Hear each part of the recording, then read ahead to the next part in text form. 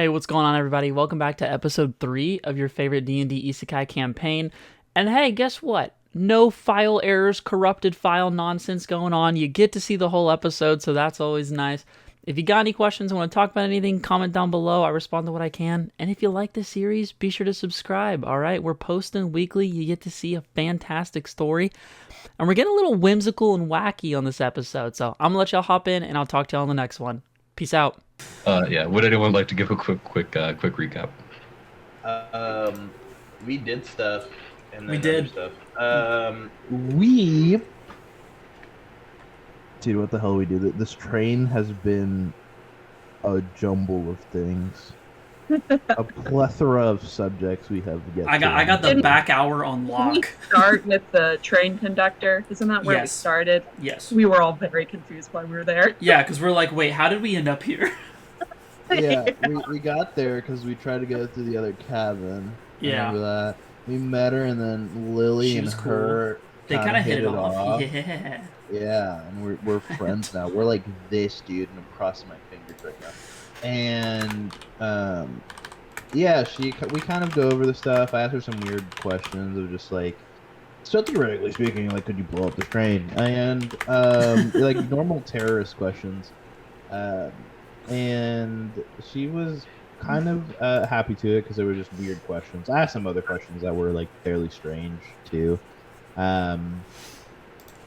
But then we kind of went our separate ways. We had a couple interaction with the passengers here and there, namely the Liebermans. Didn't do the most positive. My hand wound up in his pocket. That was crazy. That was how it wild. accidentally wound up there. Yeah, we're still looking for the pocket watch. I guess Axel didn't challenge him to a fight, but kind of just mutually agreed on sparring with Lieutenant Sarge Colonel of the 4th rank guy. Sergeant Eder. Sergeant Eder, so the opposite Put of some a respect sergeant, on the name. actually. Oh, Eder, right, it's Eder, not Eater.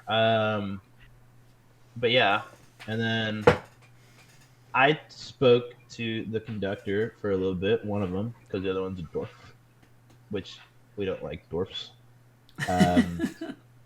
Being speciest. I don't stand with him. I hate all short people. It's just dwarfs happen to be all short. I do not stand with him. Well, Lily's just standing at a solid 5'1". But yeah, basically that. Spoke for a little bit. Then the good, meaty, juicy part was Axel got his ass beat. That's less meaty and less juicy, but Buffer lied. I was behind the whole thing, like the scheming little devil he is, and kind of also a dwarf. So see, it checks out. It checks out. And spilled the beans about kind of what the sitch is to him. He was like, "Yo." That's crazy. And he turns out to be a cleric. I think that's about it generally. I'm sure there's some specifics in there that can get specified. Yeah, I think that's fine. It was a very long rambling, but that's okay. All right, yeah, we'll pick up there. Where we left off specifically, Buffer Light Eye said that we need to come up with a plan. That is you and the party, and Vera agreed. Buffer sort of clasps his fingers together and he says, "Well, I'm open to suggestions." I always have to get back into the French thing. We are not on the Question, train, by do the you way. guys? Yeah, you don't see the train, do you? Because We restarted. He realized we were never going to solve it. So we're back to the portal. Oh, I think I need to actually switch. understandable. Yeah, I did not have the map activated, so that's why you. We realized I early on refreshed, we would so never solve it. You're gonna have to give me a minute. No one tells me anything except for Marissa. She's the only person who tells me these things. Everyone else Well, I was whatever. waiting for the thing to start. We just assume you're really smart and everything's part of your plan. Oh my god. Like when your mic was weird and it was underwater, I just thought we were gonna go underwater and you were role playing. Oh, that'd be so Okay? sick. You can't blame Anyway. See, I do the opposite, where I assume I'm the problem, and I'm like, wait, help. Okay, Alright, so it should be activated now. You should be able to see things now. Yes. Yeah, we see. I don't see the train. I mean, I don't see it, but yeah. Oh, do you really not? No, I, Really? yeah, No. I see it. I see it. I see it. I see it. I see it. It was a joke. She's blind. No way. I see where you're going with that. Is it just loading for you still? No, I just see the portal. You might have to go back out and back in because I did activate the train. Well, I guess question while she's loading here. So, he just asked us, like, or he just said he's open to ideas, basically trying to be like, how are we gonna figure out this Red Lotus sitch? Yeah. Okay. What was the guy Axel fought? What was his name, sir? What's his face? Sergeant Eder. Eder. EDER, not EATER. Of course. Thank you for clarifying. I needed problem. EDER is a name and not a profession in this case. It could be both.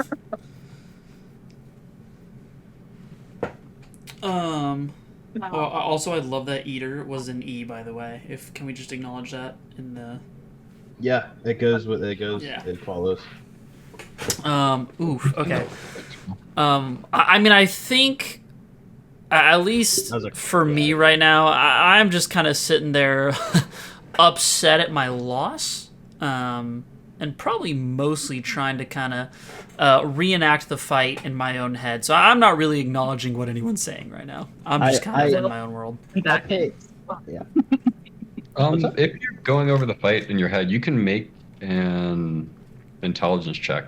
Okay. I was like, that Or is maybe exact. Oh, I don't have to type. Maybe a tactics check, actually. Say less. That would be more appropriate. 8. I mean, you got knocked out cold and you're up, but you're mostly just sort of frustrated, and that's kind of interfering with your thought process a little bit. Fair enough. Fair enough. I am paying Axel. I get little to no mind here, as long as like he woke up and he's fine. Because I'm still kind of sitting on the ground, right? Like while we're... I imagine, Yeah. It's up to you. unless you got up. Yeah. Yeah. Okay, cool. I'm just sitting there. I always gotta get back into the Frenchman. Didn't we end with Light Eye revealing that he was a cleric? Was that where we ended, like, very last? Not very last. Like I said, very last was him suggesting that everyone comes up with a plan. But he did reveal himself as a cleric in order to gain some trust with your party. Okay. Yep. So, Mr. Light Eye, I suppose we should categorize who is potential allies and who is potential enemies. Do you think Eder would be a potential ally, especially if he has the ability to at least intuitively recognize clerics? That'd be useful for who we're trying to find. Buffer sort of shrugs. He says, "You would think so, but he did not pick up on me at all. I think he more picked up on you because you were a little more obvious about it." Wait, but he mentioned that he had noticed that someone else was similar to me. I had assumed that he was referring to you, no? No, he's killed clerics in the past. That's what he was referring to in that instance. Oh, okay. So he was referring to someone in the past, not someone else he had met on the train then? Yes, that was my impression. Ah. That's what he told me anyway. Mm. I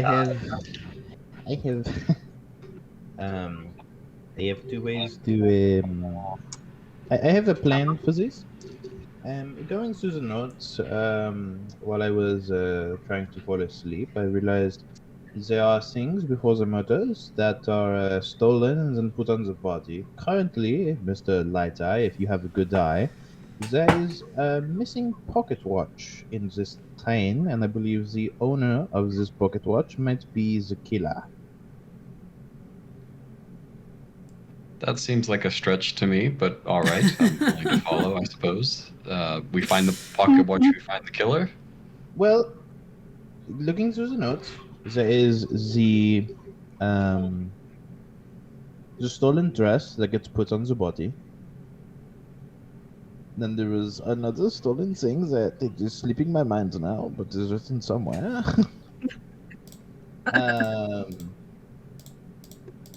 Give me a second. I forget what it was. There was. Oh, I guess. Well, it wasn't really. There was a. Okay. One, there's a pocket watch somewhere. The person who was accused of having it does not have it, or does not appear to have it. I am. Oh, you seem to know what a pocket watch is. Congratulations. Not everybody knows. There was a dress stolen from one of the victims, and then the dress was found on a young female victim. The other one was a red Lotus coin, which I imagine that one is not stolen, and I misinterpreted that a little bit. But I believe the man has a MO of leaving the bodies with something, and this pocket watch might be a good thing to leave on someone. Does that track at all? Am I wrong? Yes. I mean, Buffer looks over at you, the other two. He shrugs. He says, "I suppose. Sounds good to me." I suppose I will say, just initial thoughts. We should be very, very careful not to alert the killer that we're onto them, Obviously. because if we do, they might start killing people. Correct. We are new to this world, as you know. When spirit mana is absorbed from a creature, does the creature that absorbed it, does he or she have more mana sense, or does it just dispel into the universe? He shrugs and shakes his head. He says, "Absorbing spirit mana isn't really a thing. I mean, it obviously is, but it's nothing that I've ever heard of before just now." Okay. Much help you are. I'm just sitting on the ground like, God, I should have thrown a right hook. I'm just here quietly taking notes. Don't mind me. Okay. Okay. Before we come up with a plan, I guess I would like to ask, since you know that we're Outworld and all that fun stuff, can you tell us everything you know about Rainfold so that we can keep up with our story? He grins and he nods. He says, "I could. That said, I don't think anyone else on the train has been to Rheintal except for myself. So I doubt it will be much of an issue." Alright, could you tell us some basic facts about it? Just in case? He nods. He says, "Sure, why not?" And the DM will pull that up, Oh, great. and the DM will read it. It's about a town, population around 10,000 or so. Square in the middle of the Orange Valley. They grow oranges there, hence the name. Castle Orange. It is Really governed good by names. Harmon Matic. There's also 2 mines in the town that specialize in rare ores, mithril and adamantine. Other than that, it has some nice restaurants. It's a fairly quiet place, pretty well protected by its constables. As I'm sure you know, normally towns are protected by the Halcyon Legion, but because they surrendered to the Emperor quite early on, the first Emperor that is, it was rewarded with relative autonomy. So it has its own constables instead of a legionnaire force. Okay. What did he say? Castle Orange, governed by who? Harmon Matic. I'll type it in the chat. Governor Harmon Matic, I suppose, would be the correct thing to say.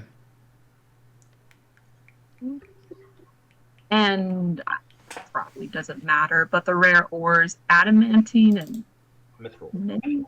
Mithril. I will put that in the chat as well. Okay. And who would be the leader of the constables? He shrugs and says, I have no idea. I implied that I did to get a rise out of you, which was quite amusing at the time. Great. All right, I believe their title is Chief, though. Kind of an odd title, but I have no idea who that might be. all right. Well, that's still helpful, just in case anyone else catches on to our lies. It's helpful to have some information. Okay. Back to Alright. the killer. Is there a common way? I don't know what to fucking ask. Is there a common way to cause heart failure? I mean, a way to cause heart failure that would damage menacence? He frowns. He says, I mean, I'm sure that there are poisons out there that would do that. I imagine is in the world. I don't know specifically. I'm a healer, not a killer. Right. What are you bringing to the table, sir? He shrugs and he says, Really? ideas off of, and I do have a fair amount of knowledge of the world. It's just a matter of what questions you would like to ask. Right. I mean, that's very specific. Do you know things that cause heart failure? Better question. I don't know. I'm not from this world, alright? Fix the fucking attitude. Okay, Noir here is not a common cat. If I, hypothetically speaking, could talk to a deity or deities with a very specific question, what would be a question that maybe you would ask to try to solve this mystery? Buffer scratches his head. He says, well, I suppose it depends. What sort of questions would you be able to ask in theory? In theory, it would be a question that has a positive, that has an outcome. Fucking helpful, Lily. It would have to be. I have just had an idea, and I will try it. It basically has to be something that is going to happen in the next 30 minutes. And Noah here will tell me if it is a good outcome, a bad outcome, neither good nor bad, nor especially good nor bad. You're describing the augury spell. Correct. Sure. Of course. That's odd that your animal is able to do that. That's more of a cleric thing. And some wizards. Noah is a special cat. No, well, fair enough. Well, I wouldn't rely much on that. I don't know what and who or what Noir is connected with, but the real information, the Empyreans, they're beyond the veil. They don't see what happens here. They only have vague impressions, and they can only give vague impressions back. Those techniques, augury, divination spells, things like that, they access something called the outer realms of these Empyreans' domains. The outer realms aren't shielded by the veil, but they don't have direct access to the Empyrean either, which means they don't have unlimited knowledge. They have usually more knowledge than the person on hand, but not complete by any stretch of the imagination. Okay. So if I were theoretically asking in the next 30 minutes, if I point at X person, are they the killer? That would not be answered correctly. If the entities knew who the killer was, they might be able to answer it correctly. I see. Okay. seven tries, bitch.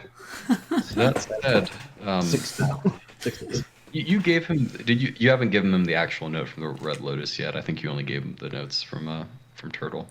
Yeah, I think I have it in. I mean, you've given us all a copy. I think I technically had the note.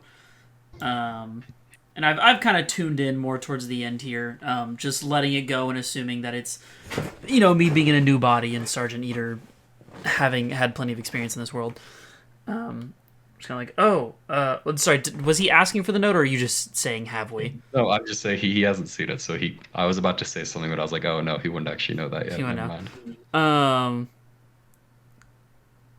Gotcha. Actually, okay, I probably wouldn't just hand it to him then roleplay wise. But I would definitely. I might be wrong. I feel like we talked about the whole mother thing. Yeah, we did talk about it. we did He's saying we read never handed him the note, like technically. I think I might have- But yeah, I'll kind of do my little imagine thing to pull the note out of my Himhaw magic bag, and kapoof, and just kind of be looking over it, trying to see if I can find anything. I was like, I wouldn't. I'd just be looking at it.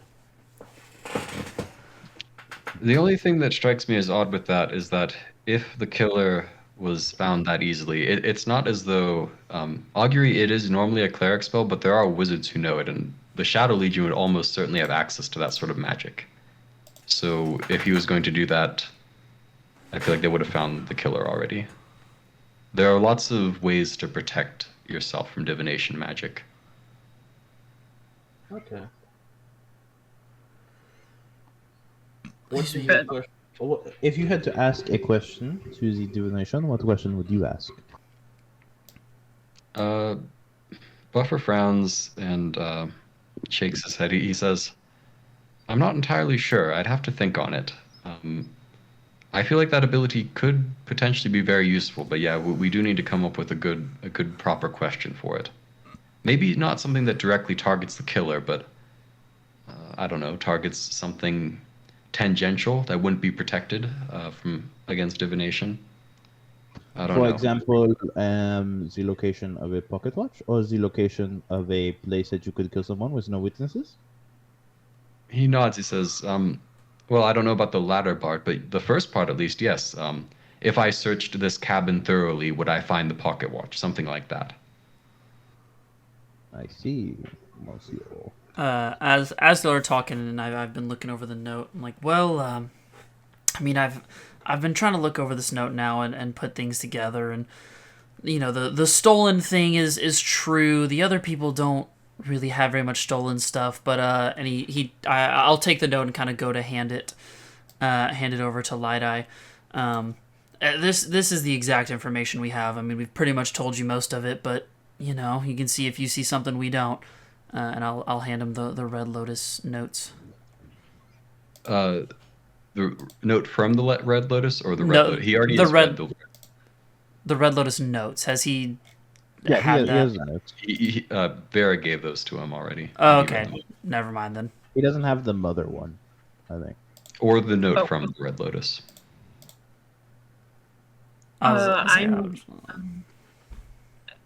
Okay, so he does not have the note from the red. He does have the note from the Red Lotus. No, he doesn't. Does not. No, he has the Red Lotus notes from the Shadow Legion guy from Turtle, but he doesn't have the note from the Red Lotus specifically. Is Axel handing him the note from the Red Lotus? I just had the Red Lotus notes out. I thought he didn't. We hadn't given. I didn't know what we had or hadn't given him, and I didn't give a straight answer, so I was just going with that. No, I have not given him the note from the Red Lotus. Great.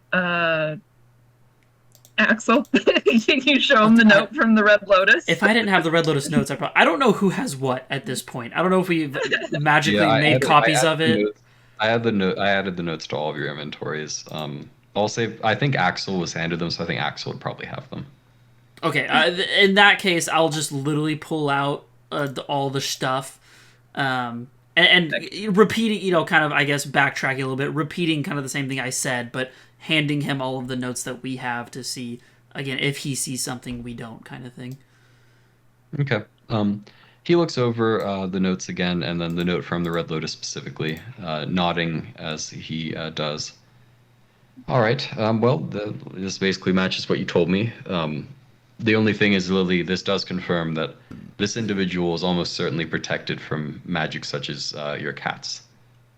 It talks here about how the how Lilith essentially protects her from that sort of thing. Meager attempts at magic. That's how she would describe such spells, I suppose. Could we contact Lilith? Yeah. I Well, don't know. she's an Empyrean, so she's on the other side of the veil. We could contact some of her, well, demons, which would be in the outer realms of her domain. But I don't know why we would, and I don't have a particular way to do that either. Is there any useful information you can tell us about cult followers of Lilith? Not in particular. She doesn't have a very strong following in any particular land. It's normally individuals and small cults that spring up now and again. They're usually fairly self-destructive. They end up killing some people and getting found out, and then rooted from their stronghold, so to speak. Like I said, goddess of deceit and murder. So civilized lands don't take kindly to that generally. It is my goddess. Mr. Lightai, is there weapons on this train, or did you know of on this cargo? Light Eye shrugs. He says, I didn't bring any weapons in my cargo. I doubt it, but I suppose it's possible. I'm just trying to find arrows. God damn it. Okay, this. Where do we even go from here? Okay.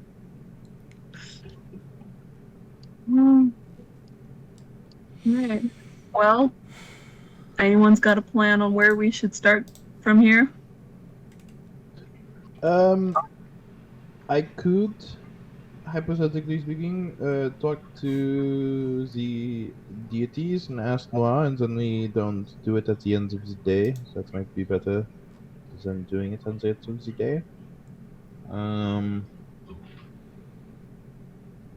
I would like to talk to Noir in private, so I do not like talking to the deities with company. Otherwise, I'm shit out of ideas. Mademoiselle. Great. Well, Ooh, Vera, I mean, sorry to, sorry to ask all of a sudden here, but was there a special man in your life? Are you a madame or a mademoiselle? I'm sorry. In our world, did you have a special someone? Did you have a significant other? Lily, how is this relevant to what's going on? Out of curiosity kills the cat. After all, no. No, no, I did not. Why? I do not know what to call you, madam or mademoiselle. It is a very important distinction in my language. All right. No, It changes single. what I call you. Not Okay. married. Mademoiselle, Jesus, not that big of a deal. All right, Mr. Lighter, you have anybody special in your life that you are going home to? He nods. He says, I did. We had a good long life together. Now I mostly have my children and my grandchildren to look forward to. In any case, you were asking about a plan. I'm not a detective, I'm not an investigator, I'm just a curious old dwarf. That said, my idea would be to use this pretense of looking for a pocket watch and perhaps any other random tasks that you can pick up as excuses for interviews. Maybe we can't find the killer directly, but we can rule out people, right? That would be my idea. Process of elimination. Correct. So, are you quite familiar with Sergeant Eder then?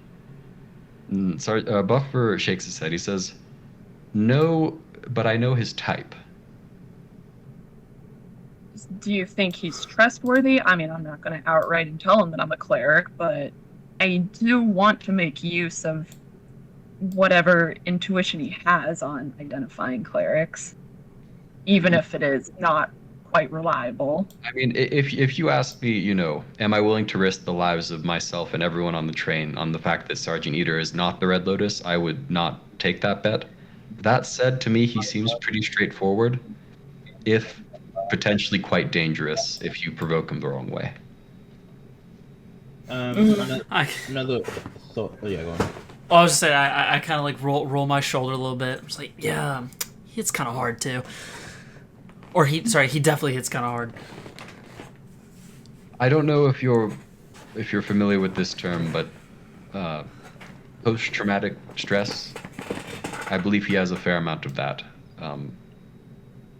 I've dealt with a lot of his. Well, yes, I've dealt with people like him before. Another thought: if this is a famous serial killer that is killing in a city and is now all of a sudden in a train, would it be reasonable to suggest that the staff are not involved? I'd say it's highly unlikely. Buffer shrugs. He says, "Well, I wouldn't go. Be careful to make assumptions like that. The train goes back and forth between Duran and Corlita. If the train was in Corlita for those particular days of the murders, then it could be a member of the staff, right? They have a rest period of about 3 or 4 days, I think." 3 or 4 days. Lily would look at her notes. 3 or 4 days. Also, this isn't I mean, we established this earlier. This person is not famous. I've never heard of them, and if That's true. they're operating in Corlita, then I would have heard of them. The Shadow Legion was trying to cover up the incidents. Speaking of Corlita, what is this rebel situation exactly? Everyone keeps mentioning it, and obviously we don't have a response to this. I mean, it's not terribly complicated. Corlita and the rest of the Grecian city-states were conquered by the Empire about 15 years ago, I believe. And as you might imagine, not everyone is happy with that state of things, and some of them decide to do things about it. Corlita, being the largest city, is often has the largest rebel cells. They cause issues, trouble for the garrison and the people there. But the rebels are across the Grecian states, they aren't just in Corlita. Buffer nods. Okay. Yeah, Mr. Light-Eye. And I'll kind of stand up and walk over to, assuming he's still holding the notes. What exactly are these, like, words and numbers next to it? And I'm pointing to the, like, Hourglass 6 150 AA, Loot 12 150 AA, Bell 7 151 AA, like all those parts of the notes. Well, the first words there are the months. The second is the year, and AA is after arrival. So the first entities that sentient beings that were known to arrived about 150 years ago. Or what does it say? It's like what did I say? Yeah, 150 and 151. So the word he said is month, and then the next one is year? Yes, that's correct. So, why exactly are clerics outlawed in the Empire?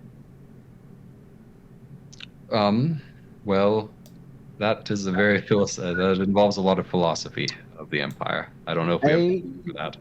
It is during the day. Not too many people will be in the cabins. I will take advantage of the fact that I point at my eyes. I do not know where I'm going, and I'm going to investigate some of the other cabins. Sure thing. Best of luck. Like I said, be very careful not to arouse anyone's suspicion. If the killer thinks that we're onto them, things could get very bad very quickly. I am the killer, for all I know. What? Open the fucking door, you dwarf. Buffer nods and walks over, knocking on the door. Sergeant Eder is there. He opens it up. Buffer says, "All right, I think we're good here, Sergeant Eder. Thank you very much for your help. I truly appreciate it, and I will be sure to let the garrison in Duran know what you've done for me on this train." And Eder nods slowly. sort of with a sweeping gesture, inviting Lily to go by him. I give him a little kiss on the cheek because I'm a damsel. Eder steps inside, I hope he takes it well. closing the door. He says, "I'd like to talk with Axel some more if you're comfortable that he's not an issue, Mr. Light-Eye." Light-Eye nods and says, "All right." He looks back at Axel and Vera. I'm going to go back to my traditional spot. Don't want to shake up the schedule too much. Miss Vera in particular, if you'd like to come speak with me at any point, feel free. Sure. All right, Buffer. Did he leaves. jump off the train? Oh my god, he's teleporting! Sergeant Eder looks over at Vera sort of awkwardly, kind of waiting for her to leave. Yeah, I passed by. Oop. I was like, I'll kind of prop myself up against the boxes, crossed arm, leaning against it, acting cool even though I just got the shit beat out of me. I don't feel like it though. So have to admit, I didn't expect you to get up from that so quickly. yeah, I mean, Do you have some sort of healing magic? oh well, not me in particular, but Vera's not too bad at helping out around the place. I know a few spells myself, but still working on it. It's too late. Eder sort of his eyes narrow suspiciously. He says, "I thought that Vera and I had an understanding. She wasn't to do things like that." Well, in any case, whatever. If she does it in front of me, I'm going to have to take action. Just, I hope she keeps that in mind. Sure. What's your big deal with this healing nonsense anyway? I mean, from our conversation, I'm pretty certain that she's a cleric. And clerics are not allowed, and neither is the healing magic that come with them. Well, the healing magic, there can be other sources of it, so it's not technically illegal, but being a cleric is. That's what I was trying to get to. I hope she understood that. Sure. I mean, I don't know a lot about her personally. I know enough, but being, training with them and stuff, I haven't picked up on that personally. I don't think it's any kind of that, divine bullshit, but whatever you want to think it is. He nods and he says, "All right. I mean, obviously you wouldn't admit to me. That's perfectly reasonable. I just wanted to speak with you about our fight. I have some advice for you, if you're willing to hear it." I very quickly straighten up, and very, very respecting of Sergeant Eder. I'm like, actually, yeah, whatever you gotta say, I'm all ears. He nods. He says, "All right. Well, first of all, in terms of fighting style, I mean, you and I have fairly different styles. There's nothing wrong with your style. There's nothing wrong with my style. It's just what suits us best. That said, I do think you have a lot of potential. You give me the feeling more of someone who has fought for sport in the past, as opposed to someone who's fought for his life. Would that be accurate?" Yeah, I kind of do the scratch on the head, and I'm like, yeah, fought for sport for a while, and it became a little bit of a necessity for survival, so to speak, but it was always typically in terms of money and things of that nature. He nods. He says, "So there's an issue that I often see with people who fight in the Colosseum and in the arena rings. They tend to get fairly focused on their opponent to the detriment of their environment and other potential threats. In a real fight, it's not the person in front of you who's going to kill you half the time. It's the sniper that you didn't see hiding in the bushes. So that's one piece of advice I give you. The other piece is, and I mean, I understand why you wanted to do an honorable duel, but there's not really any such thing in a real fight. I would recommend relying on your friends more. Once you had figured out that the door was locked, I think you should have realized that you were in a bit more trouble. And between you and your friends, you probably could have taken me down. I get a bit of a sour look. It's like, yeah, I mean, sure they could have helped, but I just, like if we were to go at it again, like I think I have a better chance, and it's just not usually one to rely on others. Yeah, I got that impression. I mean, it's a common thing for people who fight in coliseums and whatnot. I mean, I was trained to fight in a squad. Dragon Legion always fights in a squad. That's where our strength comes from. We're powerful individually, but if I'm worth one man and my partner's worth one man, then together we should be worth three men. That's how it works in the Dragon Legion anyway. Just my recommendation, if you're planning on working with these people, and it sounds like you are as constables, I'd recommend getting to know them better, and when you fight, it'll be like a squad of 5 as opposed to a squad 3 individual fighters. That was my advice. I just wanted to let you know. I kind of sit there for a second, just give a little. Yeah, I suppose what you say does make a little bit of sense. Seems like you have a bit more experience than I do, so I'll at least think about it. He nods. He says, like I said, I think you have a lot of potential, and I'd hate for that potential to be wasted because you did something foolish when you didn't have to. That's all. He opens the door and walks out. Yeah, I'm trying to think, do I don't think I have anything else. I think, yeah, after that, I'll kind of stay in here for another 15-20 minutes.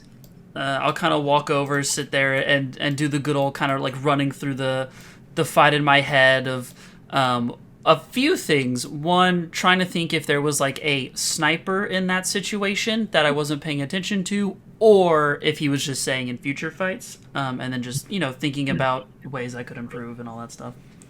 Okay, you can make one more tactics check if you like, if you're dedicating that much time to it. One more for the boys? The boys back home? Okay, 12. Yeah, so the sniper thing was kind of a thinly veiled reference to Buffer. Okay, You that's were what focused on him, whereas, Buffer could have popped up and shot you with the crossbow for all you know.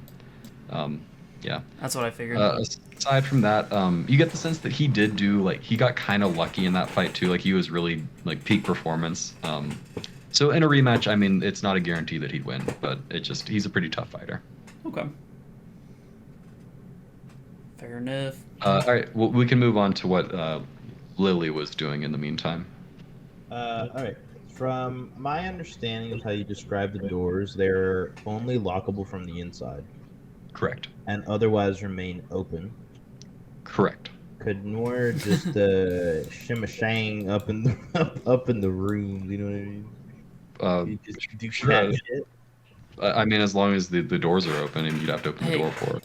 Quick question before we do this. Can I either move Axel or something? Because if I don't, it's just black, and I can't see anything of what's happening. It's just like... Because I don't have vision there.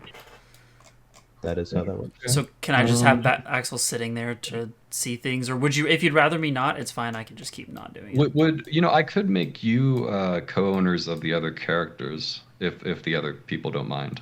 I mean... I expect you not to mess with their stuff. Yes. How fucking dare you? I think that would probably make I was like, sense. I don't care. Oh, actually, I can set you to Observer. I wonder if that'll do it. Mm-hmm. Let's see. Here, let me do it for... I was like, last time when Lily and the conductor were talking, it was just like this blank like thing for the whole time. It was just funny. I didn't think of that. Yeah, good point. All right, I made you the observer of Vera and Lily so far. I can make you the observer of the... I was gonna say I can see what the two of them are seeing now. I see your little purple ring effect. It looks cool. Yeah, you're not gonna get much of Lily. I have discovered most, if not all, the rooms except for this one. Oh wait, no, I checked that one already. I'm looking. Lily's checking out my room, bro. What the hell? That is Axel's room. Checking out every room. Well, no, with Nor. Okay. So I'll give you a rundown of what you see in each room. Perfect. All right. But I got to be fair, so everyone else is getting to be observers of everyone else too. It's not just Blaine. No, but I want to do sneaky shit. I guess it would only be from myself. I guess shit he needs to because he's a streaming person, but this is cringe. Fair is fair. All right. So Sorry. for each cabin, let's see what order do we want to do this in. All right. What is that? Top left. Yes. Top left, you see a little bit of stuff from. You figure out pretty quickly it's the Kramer's room. So that's Zachary and his son Jordan Kramer. The only thing of particular note is that's kind of unusual is there's like a toolkit in there. It looks like sort of blacksmithing tools. Not a huge set of them, just a fairly small set. Other than that, it's fairly standard stuff. There's some paper, pens to write on, some sundries, things like that. Specifically looking for, and if I have to make an investigation, I can. Obviously, the general of where everybody is like kind of what I want to know. But more specifically, if there's any like weird drawings or markings resembling like some sort of religious thing. I guess specifically Spider and or Mother, but mostly just any weird religious thing in general, since I don't know what to look out for. And I guess the pocket watch, but I mean that would take ruffling up pillows and shit, I imagine. So that's like the bottom tier of things I'm looking for. Okay. Sure, you can make an investigation check with Noir, I guess. Hoggers. People pong. Really good at it. He's great at it. It's a -2. At advantage because he's a cat. Yeah. So you don't see anything. Noir doesn't see anything of particular interest. I suppose, like I said, I was going to give you basically who was in each room because you'd be able to tell that fairly easily. But now you don't get anything. So in this room, there's two sets of. There's like these two backpacks there, and inside there's like clothes and normal things like that. There's also little packets of seeds that are marked as such. So like a particular type of rose, particular type of daisy, stuff like that. And you saw that this was Rachel and Irina's room. They walked out of it earlier. Yeah, in this room, there's Joseph Wallach's pack. It has mostly different types of alcohol that are stored up and basic traveling things other than that. This room is Buffer's. He doesn't keep anything in his room in particular. You get the sense that whatever he has, he carries on with him, and he mentioned that he had luggage in the actual storage compartment. Do you open this room down here? Yes, I opened everything except this one. Okay, and that one you did. If you did try to open it, it rattled. It is currently locked. Yeah. Any case, this room down here is Indel and Alina's room. Their traveling supplies are very meager. They only have like one spare set of clothes and very little in terms of supplies. What is it? What are the fucking names? Agar and Indel and Alina. Indel and Alina. Oh, what was this one? I hadn't gotten to that one yet. That's Sergeant Eder's room. You can tell because the mattress on the bottom bunk is lifted off and sort of set to the side, as is the pillow. The only thing on it is a blanket, and you get the sense that's where he sleeps. Yeah. On a not like he took the mattress off to sleep on the blanket. Yes. Psychopath behavior. Yeah. For training. And this room, he has a fair amount of stuff in it. Is Michael Stark's room. He's the guy who asked you about his pocket watch. He has like an actual like little travel case that it does appear to be locked, so you're not entirely sure what's in it. pocket watch guy. Not And pocket then, watch guy. Okay, cool. And this one I didn't know, so they're in it. That one is currently locked. Okay, I close all the doors. Okay. It's I was probably I good. was hoping you wouldn't, just because that would make for a great lying arc. What? The train happened to hit the brakes. All the fucking doors open. What do you want me to do about it? Does your not that I'm trying to help, but I'm genuinely trying to understand how it works. Does your tremor sense let you see through walls? Like, obviously not see through walls, but like you can tremor sense through walls. No. Based on the Yeah, walls. to a certain extent, yeah. I mean, he can detect movement. Okay. Any Uh, movement? What? Oh, you want to detect movement See, in that's the what I other was room? thinking, but I wasn't gonna say anything. That's what I was wondering. You can make a perception check with Lily if you'd like. So for like the tremor sense, I'm not always like I'm not going to automatically give it to you most of the time. You'll kind of have to ask for it. 18. Sheesh. Yeah. There is movement in the other room.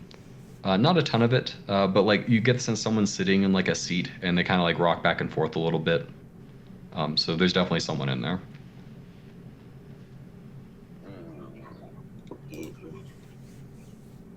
All right. Well, Vera, you can do stuff in the meantime. So I'll say that was about your 20 minutes, Lily. And Axel did his 20 minutes. So Vera, you have about 20 minutes to do stuff. You're on a timer. Let's go. What do I want to do? I don't know. I mean, you don't have to do anything. I'm just if there's something you wanted to do. You can vibe out.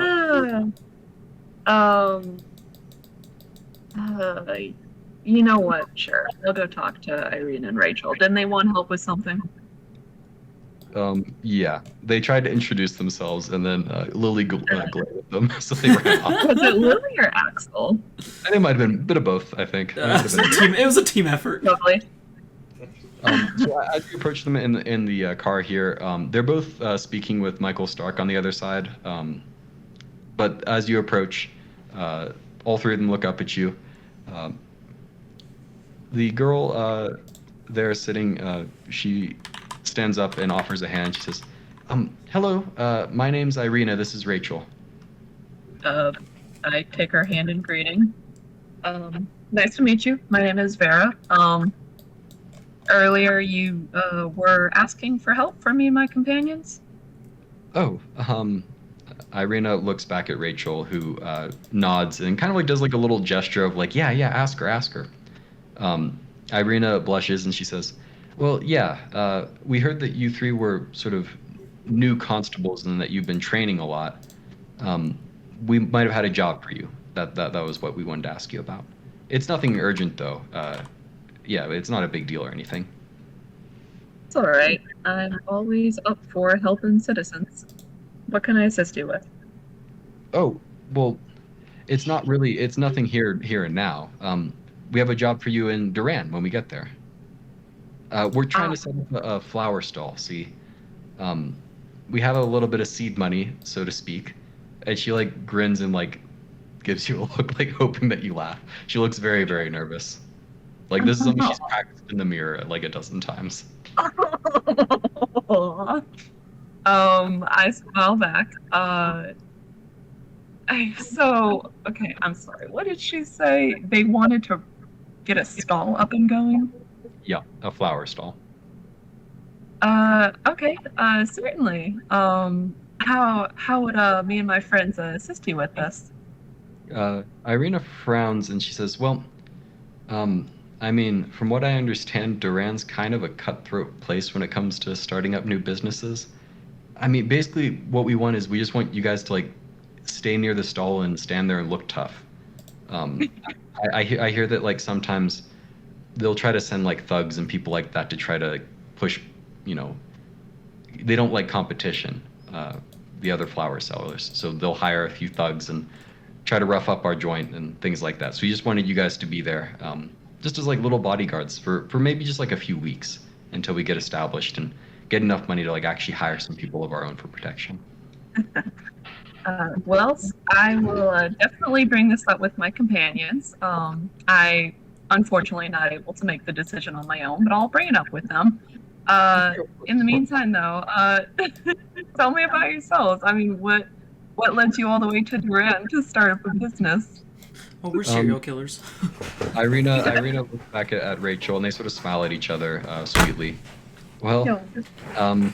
we're not the. I was working at a flower stall just as an employee in Corlita, and well, Rachel came into some money, and we decided why not make a go of things ourselves. I mean, they weren't paying very much at the flower stall, and I know just as much as the owner does. It's just they never let me really do anything with it, and we're just looking for a better life, same as anyone else. Hell yeah. So why a Duran, especially if it's as cutthroat as you say it is? Irina shrugs, and well, that was Rachel's suggestion. Rachel nods and she says, I'm not comfortable in any of the Grecian cities anymore. The rebellion activity is getting a little too much, I think. It's dangerous. Duran, it's cutthroat in terms of business, but it's not literal, rebels aren't going to burn down our flower stall while we're away or anything like that. It's safer. Did you have trouble with the rebels quite often then? Irina shrugs and Rachel says, well, I did at least. They cause a lot of trouble where I work, and it's only getting worse from what I understand. There was a whole Halcyon squad that died recently. Rebel activity, I suppose. I mean, if they're taking out Halcyon patrols, people like us aren't exactly very safe. An entire Halcyon Legion, huh? Oh goodness, where did that happen? Rachel frowns and shrugs. She says, I'm not entirely sure. Some lower poor neighborhood. Not particularly close to where I was, but I heard about it through the grapevine.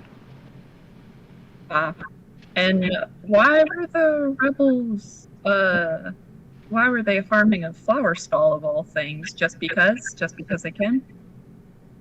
Oh, well, no, I don't know that. They may or may, they don't, they don't target civilians normally, but I know how these things work. Once they get enough people riled up, it's going to be riots, and when people start rioting, local businesses are the first to burn. Oh, okay. So you didn't see any rebels harming your flower stall in person then? Irina shakes her head. Oh, no, nothing like that. I mean, it wasn't so much a matter of, Duran was particularly good. It's some place to start new, And Corlita, if things are going downhill, might as well go to a city that's on the up and up. All right. Well, certainly when we arrive in Duran, I'll talk to my companions and I'll let you know what the verdict is. In the meantime, have you seen a pocket watch around anywhere? Irina looks over at Rachel, who shrugs and says, I've heard the name before. I'm not really sure what that is. Rachel speaks up. She says, it's just this little device for keeping time. And no, I haven't seen it, and I doubt Irina had it. It looks pretty fancy, Irina. I think you would remember if you had seen it. Irina shrugs and says, so no, I suppose not. Sorry about that. We'll keep an eye out for it, though. Well, no problem. All right then, have a good day. Let me know if you need any more assistance. And Rachel nod. So only cool people know what pocket watches are. That's what we're figuring out here. Yeah. Okay. Am I hear myself echoing. Am I real bad again? Not as bad as before. There is an echo, though. Ugh. I hate when I can hear myself echoing. As long as you guys can hear me then. Yeah, is there anything else in particular you want to do, Vera, before you meet up with everyone else? Not really. I'll glance at Indel and Alina. Anything interesting as I pass by? Give them a polite nod. Not in particular. They give you a nod as well. They're fairly friendly with you. But they just appear to be sitting there, looking out the window. I love when people are friendly with me. All right. Okay, I'll say at this point, Axel, you've done your thing in the train there. Noir has completed his investigation. What do you guys like to do? Great question. Let's all hug and tell each other happy things and Oh, it is get funny. off the train.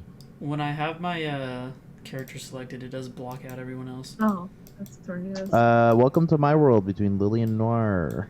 Every time I select Lily, I don't know where Noir is. Where's Axel? I say I'd be walking over, coming back from the storage area.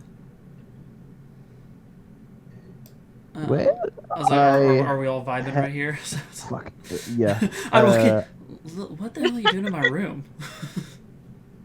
Hiding. Do not worry about it. I have a good idea. Lily, you can go and make an intelligence check real quick. And My my God. dad's.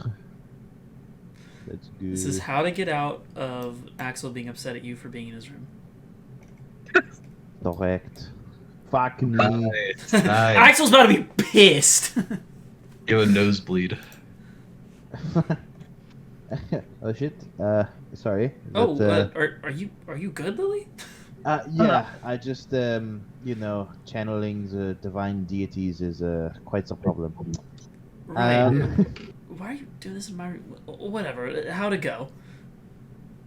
Pretty good. I have a kind of a good understanding of where the chickens go to roost. Fun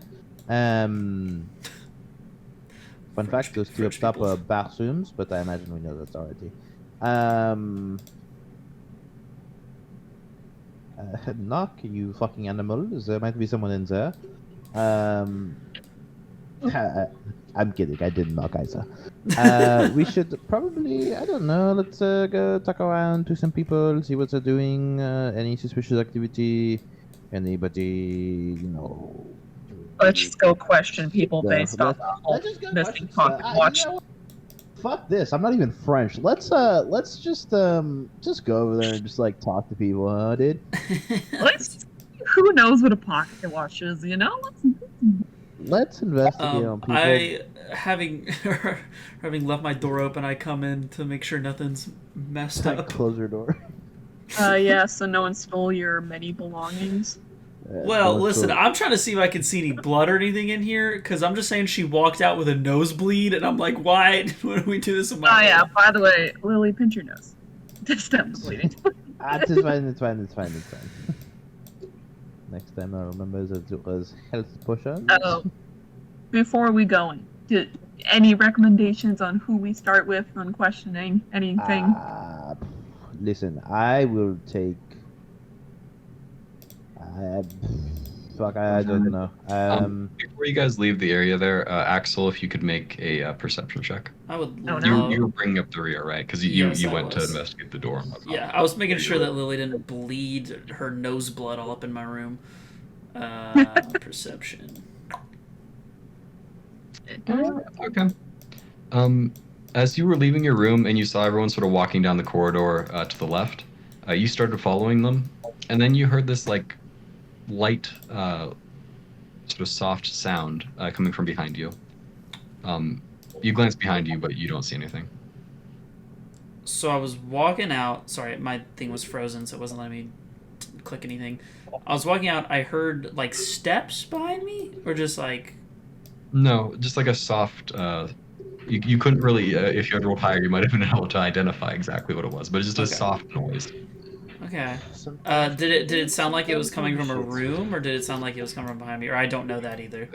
Coming from behind you, not coming from. It didn't sound muffled. Interesting. Okay.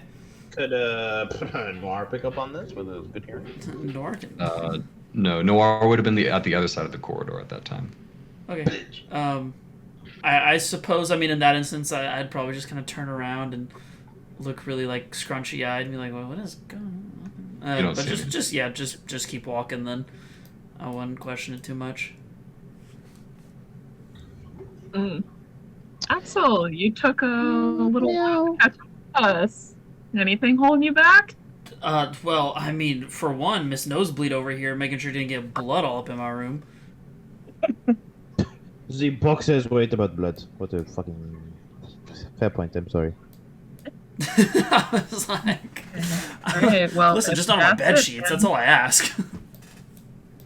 Okay, well, Alright, if that's it, I will start with Uh, are there any like, is there any like Could I- small pebbles or yeah. anything on here? Can I like push Axel So that's kind of where I'm going with this, sort of, but less off the threateningly. train so I can make a character?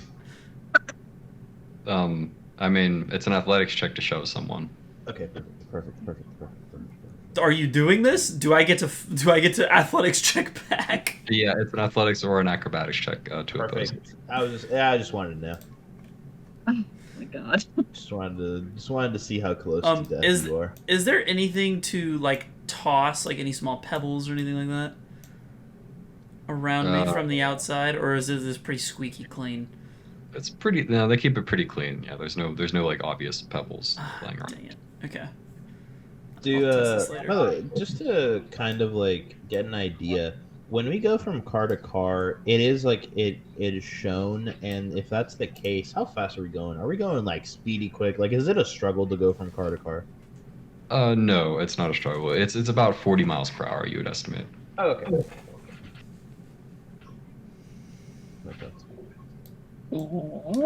Okay. Are we?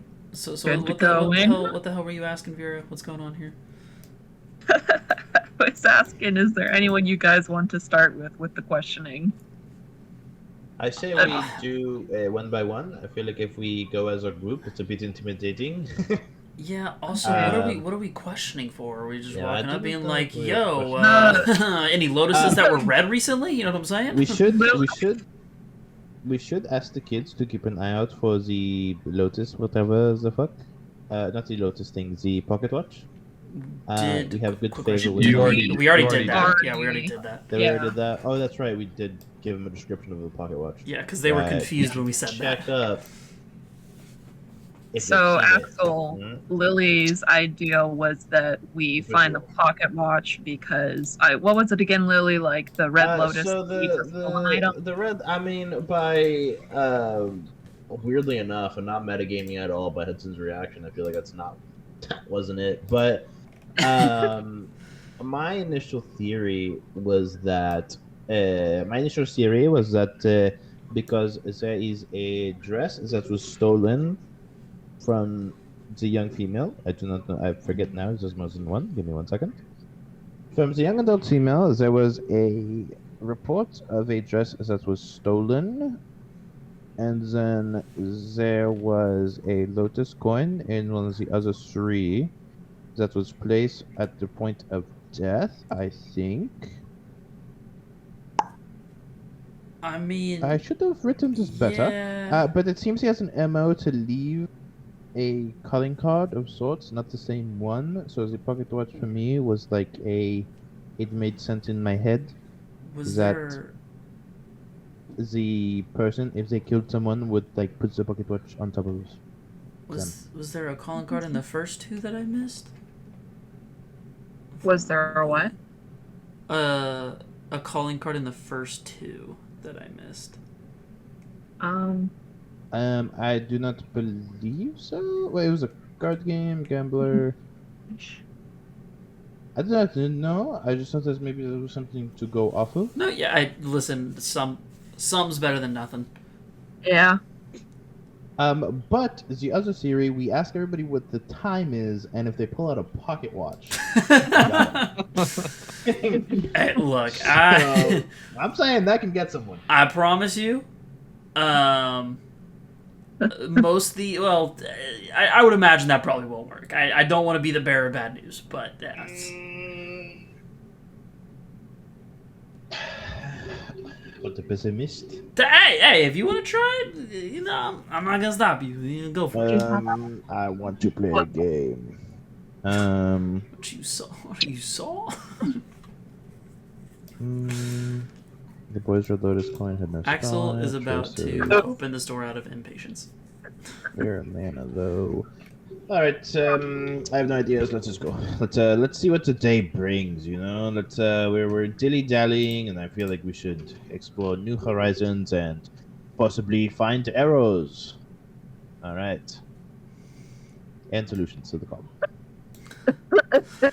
Axel, per usual, will. I would like to be cool and quirky, and now that I am here, kind of take in everybody's like mana sense. I want to sense their mana. Okay. You can make a mana sense check. Weirdly, could it be like an animal handling one? Just hear me out. It's your average D&D player.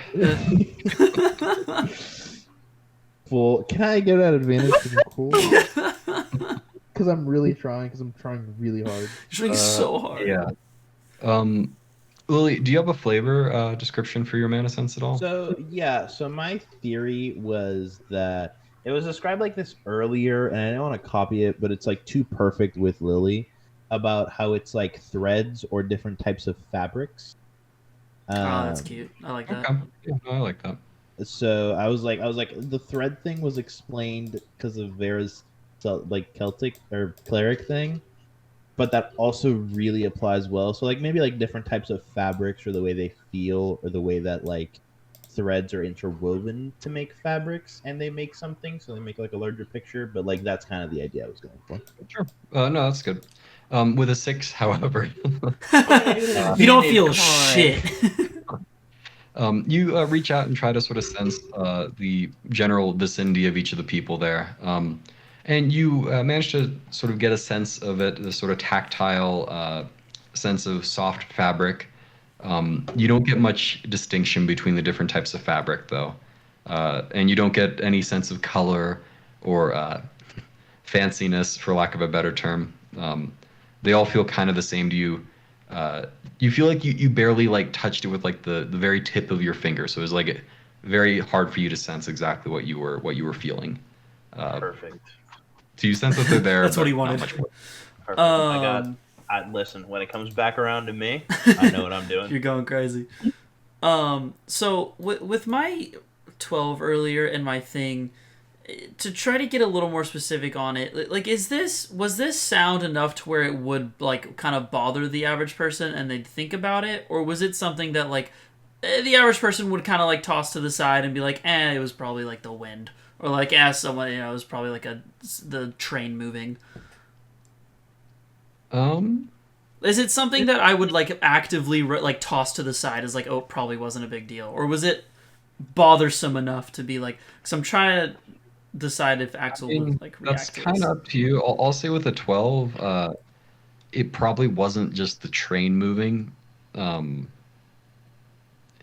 put it this way: you're not sure what made the sound. There might have been something that could have made the sound, like something shifting or something like that. Okay. But it seems strange to you. Okay, Axel I probably wouldn't investigate on that. Okay, that's fair. I'll just continue through. Oh, he'll note it. Axel will remember that.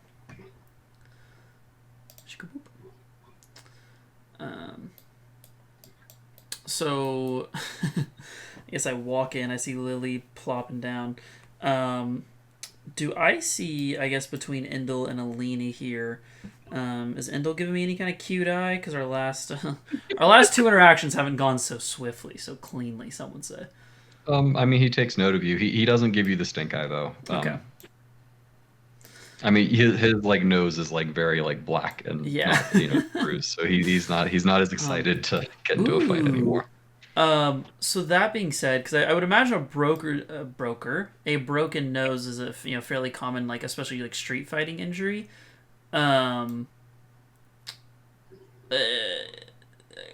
Vera already said it for him. Could I break it again? Yes. Can I just punch him in the fucking nose again? No. That's also an athletics check. More along the lines of like, because I'd imagine I would have some like advice to give on it. Actually, I'll go about it this way. I'll kind of walk up, seeing his nose is pretty blackened and not like super well treated for, I'd imagine, because it was kind of just popped into place. And just be like, hey, nose feeling all right? Endel shrugs and he says, I've had worse. Hey, me too. And I'll kind of, have a little chuckle to myself. So you guys at least have a good breakfast? That's not awkward at all. Listen, Axel's not good at small talk. Yeah, and they'll like look over at each Hello. other, like Yeah. look and say, "Yeah, they serve pretty good and plenty of food on the train and it's free." So I mean, you can't ask for much more than that. Cool. Last time Indel pulled out a dagger, correct? Yeah, Okay. he still has it. I'm gonna oh, no, Lily's sitting on the thing. Okay, I guess I'll just lean up against the chairs here to the side. Just go, okay, look, I'm not good at the whole small talk bullshit. I actually wanted to talk to you, Indel, because, as y'all have heard, I'm kind of more of the trainee in the group. And it seems like you might have a little bit of a street fighting knowledge yourself. Am I wrong? Endel, he starts to nod, and then Alina says, I mean, sort of. Only if things go very, very wrong did we get up in any fights. We mostly run away. Endel, like, he sort of deflates a little bit. He says, I mean, I'm pretty good with the dagger. I kind of laugh a little bit. That would be so funny. Sorry, the image of like Axel doing that is so funny to me.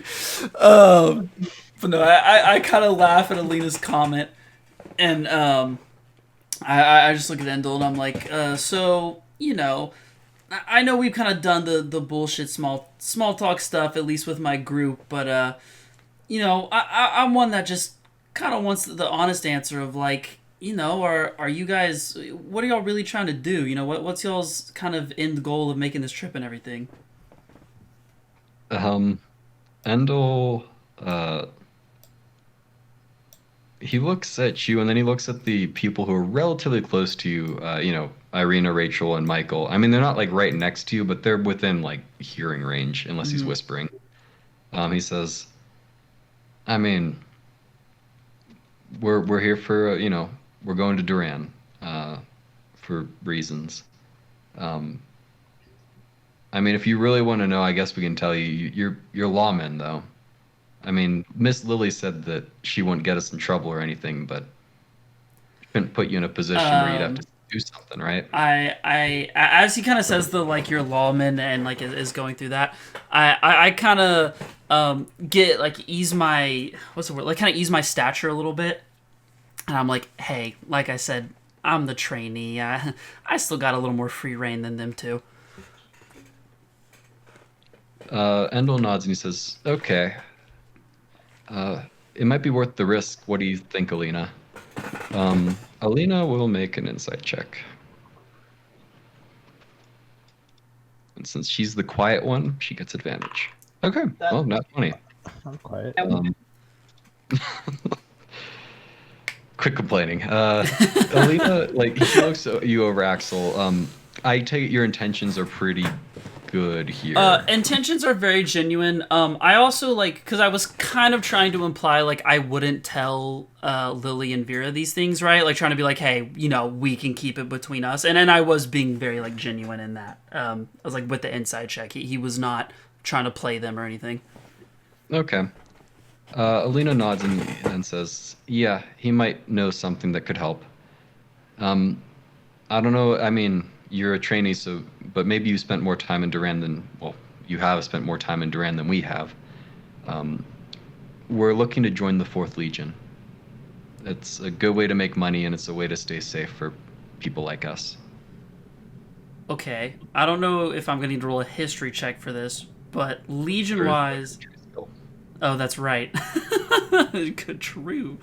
So Legion-wise, Sergeant Eder is a Legion member, correct? Let me list it out for you real quick. So Sergeant Eder was a member of the Dragon Legion. Okay. The other Legion that you've mentioned, 2 other Legions have been mentioned. One is the Halcyon Legion, which they've been mentioned in most things related to Corlita. They were mentioned, let's see, as potential guards for the train by the conductor. And then there's the Shadow Legion, which you got the impression from Buffer, at least, that that's the Legion that Turtle belonged to. and the one who set you on this mission to begin with.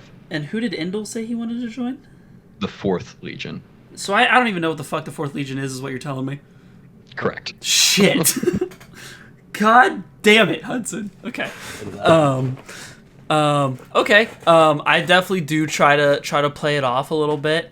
And I'm like, oh, okay. I mean, shit, you know, I'm not gonna sit here and tell you how to live your life, but I mean, honestly, if that's what you want to do, what I usually have told myself and it's worked out so far is go at it 100%. Don't half-ass it. I don't know what the fuck I just told them to do, but you know. And Indel nods. He takes it pretty well. Alina looks a little more skeptical. Fuck. He says, "No, yeah, don't worry. I'm prepared to do whatever I have to do." And Alina sort of frowns and she says, "I mean, we'd prefer the lighter work, though. It's dangerous, and we want to stay out of danger. That's the whole point of this." And Indel looks a little bit chagrined, but he has like a very determined. He seemed to find your words very inspiring. Yeah, I'm pumping him up, and she's like, "God damn it, that's not what we were looking for." Do you know anyone though? Like any contacts or I don't know, people that you might have seen in prison, things like that. I don't know. I don't know how much time you spent in Duran, but Okay. anyone? Is this like a fucking prison gang? Did I just tell this kid to join a prison gang, Hudson? Okay. That's hilarious. I mean, no, I don't personally have any contacts with them, you know, being part of my side of the law, so to speak. Yeah, it's, you know, I don't oblige myself too much around them, but all I can say is, like Alina said, probably start off with the lighter work, but, you know, like I said, just don't half-ass it, especially if you're involving yourself with a group like that. Maybe? Alina looks a little disappointed, but Endel nods. He says, "No, don't worry, Mr. Axel. We'll take care of ourselves. It'll be rough, but it's been rough in Corlita. Can't get much worse than that. So." Ain't that the truth? Well, I mean, shit. Honestly, I'm pretty damn bored on this train and kind of tired of just walking around and talk with people. Do y'all have any kind of, you know, things y'all do to kill time? Any games or anything like that? I'm trying to get on the good side. Endel frowns. He says, I mean, I didn't have a lot of free time back in Corlita. When I did, I would carve, but I didn't bring anything to carve really. I just had my dagger." What a fucking boring child. Alina shrugs and she says, "I read any spare moment I could get, but yeah, I didn't bring anything with me." A reader and a carver? What the... Okay.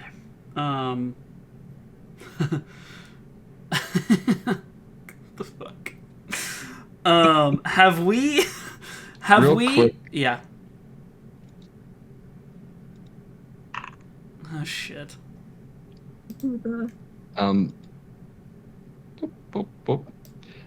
Rachel sort of slides her way out and approaches you and says, "Oh, I heard that you were interested in finding something more entertaining to do, Mr. Axel, was it?" Yeah, I'll turn around with a, you know, little slight smile. I'm like, "Oh, yeah, you know, something to kill some time." Well, I was thinking about, if you're interested, I was thinking about arranging Emperor's Gambit tournament for tomorrow. Gold money stakes, nothing too much, but you know, to make things interesting. Oh, hell are yeah! you a player yourself? Well, I have heard of it. I've never actually played it, so you would have to teach me how. But I'm always down to learn a new pastime. Okay, well, I mean, you can. I'm sure there are more players than myself aboard. But yeah, I'd be happy to teach you if you'd like.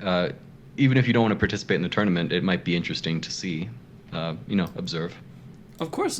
I'm more than down. And I kind of... Oh, this is going to be so risky. I turned to Indel, Indel and Alina since I'm fucking adult game. I'm just like, you know, have you guys played? They both shake their heads. Never could afford a set, Indel says. I turned back to Rachel. I'm like, well, you mind yourself a few newbies if y'all are down, of course. Looking back towards Indel and Alina. They look a little skeptical. That's okay, Indel says. I think we're good. All right, Thanks, though. no problem. I turned to Rachel. I'm like, hey, yeah, I mean, when do you want to play? She shrugs and she says, well, like I said, I was planning on arranging the tournament tomorrow. I'm gonna go around and ask some people if they'd like to join. But if you're interested in learning, I could drop by your cabin tonight if you'd like. Oh yeah, please do. Yeah, never mind. We'll leave it at that. No. Perfect. I'll see you then. And she goes back to her seat. I was like, I don't know if anyone else wants to do something. I was there chatting for a while. I saw that Vera moved her way forward and sort of sat down. Is that what happened? Yeah, because I see Miss Rich Lady, and that makes me nervous. Perfect. So Perfect. Miss Rich Lady, as soon as you sit down, sort of goes down and sits next to you. Oh shit. Or across from you. She says, hello. My name's Ilsa. I believe we met in the first class cabin the other day. God. Alright, fine. Yes, I remember. Pleased to meet you again, in better circumstances. She nods and says, yes, the circumstances were not ideal the other day. That's actually what I'd like to talk to you about, Miss Vera. Miss Vera. You seem like a more reasonable member of your... No. I'd like to think of myself as the more reasonable member of my little group as well. I'd like for us to come to some sort of arrangement before things get out of hand. An arrangement? She nods. What kind of arrangement, if I may ask? Well, my husband is a very proud man, as you might imagine. He found his treatment by your colleagues the other day inappropriate to his status. He'll be looking to save face Tough. and cause unfortunate consequences to your group. I would prefer not to do that for a variety of reasons, not least of which is just too much trouble. So I was hoping we might be able to figure out an alternative. Yes. By unfortunate circumstances, I'm assuming you mean... She shrugs and says, whatever he and Joseph cook up. Goodness. With this death, do they plan to kill my companions, is what I'm getting at. She frowns and shakes her head. Oh, I highly doubt that, no. Well, That would defeat the purpose. He wants to teach a lesson, not eliminate a threat. all right. Well, I'm open to any options that don't involve brutal violence. I'm all ears. Axel wants violence. Good. That it would be my preference as well. I mean, in terms of options, like I said, my husband wishes the respect he believes he deserves. If you could find a way to have your companions give that respect to him, some sort of apology, or something along those lines, it would go ways to smooth things over. And once we had I had that toehold, so to speak, I could persuade him to forget about it. Miss Lieberman, with all due respect, is this how your husband handles every small blunder in his life? No.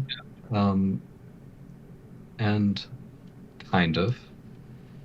The issue is, if he was back at home, if he was busy working on something else, then no, this would not be an issue. However, being cramped up in the train, I think, with nothing else to think about or consider, this has become a bit of an obsession.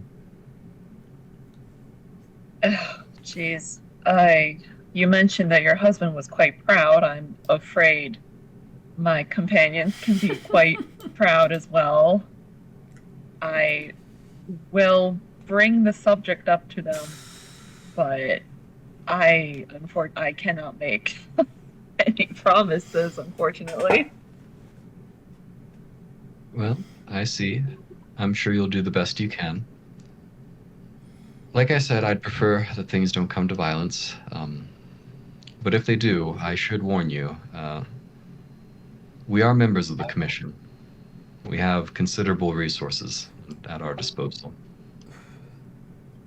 Joke's on you. I don't know what the commission is. I don't care. That was funny. Outside, I mean, perhaps we could... I mean, is there anything my companion that I could help you with? I mean, if the apology isn't on the table, perhaps there's something we could do for you that could alleviate this tension?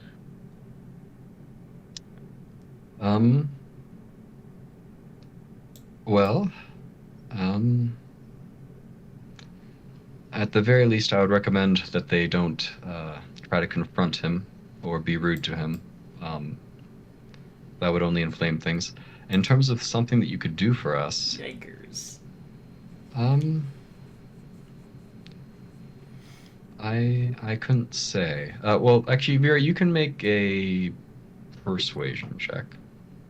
Persuasion with advantage. Mm, Yes. mm, Yes. sure. Why not? Why not? Okay, there you go.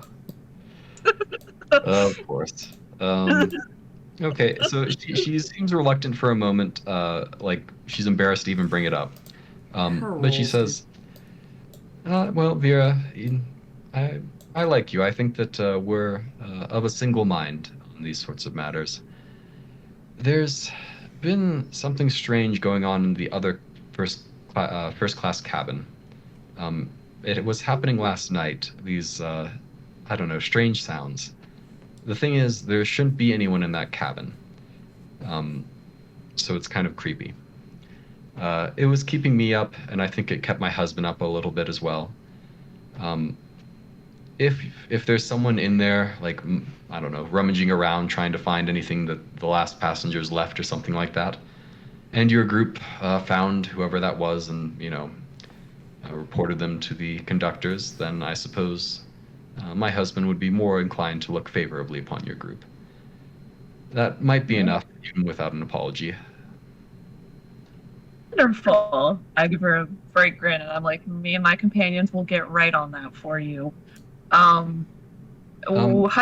don't have access to the first class yet, do we? Not official access, no. Which Ilsa, she was about to say. If the staff try to give you trouble about that, let them know that Miss Ilsa invited you to her cabin. Well, certainly, thank you. Sure, and I should be clear, I'm not actually inviting you to the cabin. It would be very bad if you knocked on the door and my husband was there. Yes, I figured. She better double check which cabin it is. All right, well, we have an arrangement. Like I said, an apology, or perhaps you deal with this other matter. I would recommend the apology, but if it's not on the table, do what you can. Best of luck, Miss Vera. Ooh, that went better than I expected. To realize Axel's not apologizing for shit. Yeah, that's why when she said that, I was like, oh god, Jesus Christ. All right, what are you two doing back there? What's going on? I'm mana sensing. How's that going for you? Okay, what do I actually see Lily doing? What does Lily look like, or what do I guess people look like whenever they do this? The corn for the ability to sense mana. She's mostly just sort of standing very still. Mostly just the stillness is the impression that you get. Is it very much an odd still? Like it's like you are being weirdly still right now. Okay. Trying to be as still as possible. Then yeah, Still right now. I will definitely. I'll kind of walk up to the chair and from him like, Lily, are you good? First the nosebleed, and now you're like weirdly like a statue. And I'll like reach over and just like poke her. Axel, something terrible has happened. Oh no. I immediately pull my hand back and I'm like, what? I can't see. I'm just fucking with you. Yeah, I'm fine. So a little sigh of relief. Jesus Christ, we can't do this. We cannot do this in our situation. We cannot do that. Yes, I tried to send some mana, but I got nowhere very quickly. It's going to take some time to learn. I immediately give you a weird look because I have not done this. I'm just like, what? Since their mana? Yeah. Hudson, what the Vera, for a moment you saw a person outside the train looking in at you. Shmeep schmop. I immediately get up and I like go right next to Axel and I'm like, Axel. Shut up, Vera. I'm trying to learn what the hell mana sense is. This shit is dope. Of the conversation. Have you heard of this mana sensing shit? This is so cool. Oh, you guys. Well, no, Vera, you have to be very still. Yeah, okay. Axel, I go ahead. I'm assuming this is like a meditative thing, and I do like the crisscross applesauce in my chair, and I'm just like, Okay. What's Rachel doing, Hudson? Axel, you have to put your fingers like this. And says, Miss Vera, are you okay? You look pale. Is everything all right? Did that lady say something mean to you? I'm fine. Thanks for worrying. Just thought I saw something weird. I'm fine. Okay. You seem panicked. She goes back to her seat. This will be important for later. Is Rachel a fairly attractive lady? Yeah. Okay. That's all I needed for Axel's future endeavors. Thank you. That's it. I'm good. Character development. That's my arc. No, it'll be worth it. Trust. I guess I didn't really give them physical descriptions of them. So Irina, as she's dressed in her portrait, she's dressed kind of like what you'd expect a fairly poor flower seller to be dressed as. Rachel has a little bit more complex clothing, but not that much more complex. Like more like, I don't know, like a waitress sort of style, or like a barmaid or something like that. Is she wearing the corset? Because corsets go hard. She is wearing a corset. Irina, she has like long frilly red hair, and Rachel has very black hair that's sort of tied up into a bun at the top, with a little ponytail at the back. Oh my god! Don't tell me it's a messy bun. Don't tell you what? Nothing. Okay. Don't worry about it. In any case, as I said, Irina's not terribly attractive. I mean, she looks kind of plain. She has freckles. Not that freckles can't be attractive, but just let you know. Rachel, however, is much more traditionally attractive. Gotcha. Oh, I just assumed they were lesbians. They're not? Well, we don't know. They might be. I don't know. They were giving off vibes. No, I'm with you. They were giving off vibes. Listen, Axel doesn't catch on to those vibes. Yeah, as is happening. I just wanted to give descriptions of them real quick. Yeah. I opened my eyes to look at Lily because you were telling me the hand signs. Yeah. You have to put your hands like this, and I do like the classic like the meditative thing, and I'm like, oh, so like the meditative shit, and I'm like whispering not to, so people don't hear, but like the meditation. You have to hum. You have to hum too. I was humming. Could you not hear me humming? I was humming. No, okay. Okay. And when and you just sense people's mana. Yeah. You have to do everything though. You have to do the whole thing. Oh shit. Okay. Windows. And I go ahead and I get in my stance, my meditative stance. I'll close my eyes, the fingers out, and everything. You're doing great. And I will try to do my mana sense check. Perfect. He's doing wonderful. Vera, what's up? I like very hesitantly, very slowly open the door. Okay. You can make an investigation check. Okay. Or no, not. I'm sorry, a mana sense check, Axel. Yeah. It's like, not that I'm good at these, but you live and you learn. Oh, and my theory for mana sense is it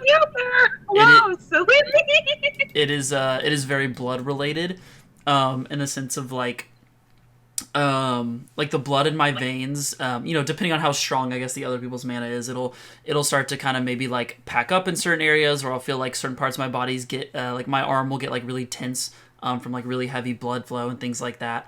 I realize how this can be mistaken, but I wasn't gonna say it. Yeah. Great. Okay. Can I? I'm like Lily. Can I hang on to your arm, please? I would hope you do. I'm blind. So Axel, with that description, you do sense the mana flowing around you somewhat like blood. I'll have to look into. I'll do a whole thing. I'll like figure out like what the different components of blood are and how that might relate to mana. But for now, at least you sort of sense it all around you, particularly in the four individuals around you. With an 8 though, they all seem kind of the same-ish to you. It's the first time you're using this sense kind of consciously. So you're not terribly practiced with making distinctions. And I'll sit there and be in my stance for a while, trying to figure it out. For probably like, I don't know, 2-3 minutes maybe. Great. Hudson, that person who's outside the window, were they hanging upside down, like floating there? What's going on there? So from what I saw, Vera opened the door, saw like the bit of like white clothing and like a pale arm, and then shut the door. It appeared to be like, someone standing on the steps, so to speak. Great. I turn back to Lily and I'm like, you go first. All right. Make the blind one go first. Great idea. I'm hanging on to her the entire time. Yes. What did you see here that was so scary? There's no one out there. I do not think so. I can't fucking see. Oh, I'm sorry. Can your cat see? Yeah, my cat doesn't see anyone. Okay. Was Great. they out here? Yeah. Okay. Well, you know what? It's fine. It's fine. You know what? It's been a long few days. Interesting. Noir, come here. Noir hops into my arms and I throw him on top of the train. Yes! That's what I'm talking about, baby. Okay. Sure. Noir hops on top of the train. She looks back and forth in either direction. The top of the train is, just smooth metal. It's kind of hard to get a grip up there, and there is like a bit of wind pushing, but not too much. In fact, far less than you'd expect, given the speed that the train is going. He doesn't see anything in particular, though. Can you sniff something? Sniff a little something? Oh, sure. You can make a smell perception check. A little sniff check. Why not? Yeah, you sniff. It's sort of like a burnt smell on the air, You sniff 40-mile-per-hour like wind. burnt dust. Burn dust. I'm gonna write that down. That will be in. Suspicioso. Man. Do I hear anything, perhaps? No, other than the passing wind. How quaint. Noir comes back down in stunning fashion. Backflipping. Backflipping. Twirling. No, she just hops back into my arms. Or he hops back into my arms. And drop him down and go, no, nothing up his eyes, huh? Did he sense anything at all? I do not believe so. Great. Well, you know what? I'm sleeping in this. I'm sleeping in here tonight. I'm not going outside. Okay, well, we still have to get Vera, we have to get food and I can't see. I don't believe in food anymore.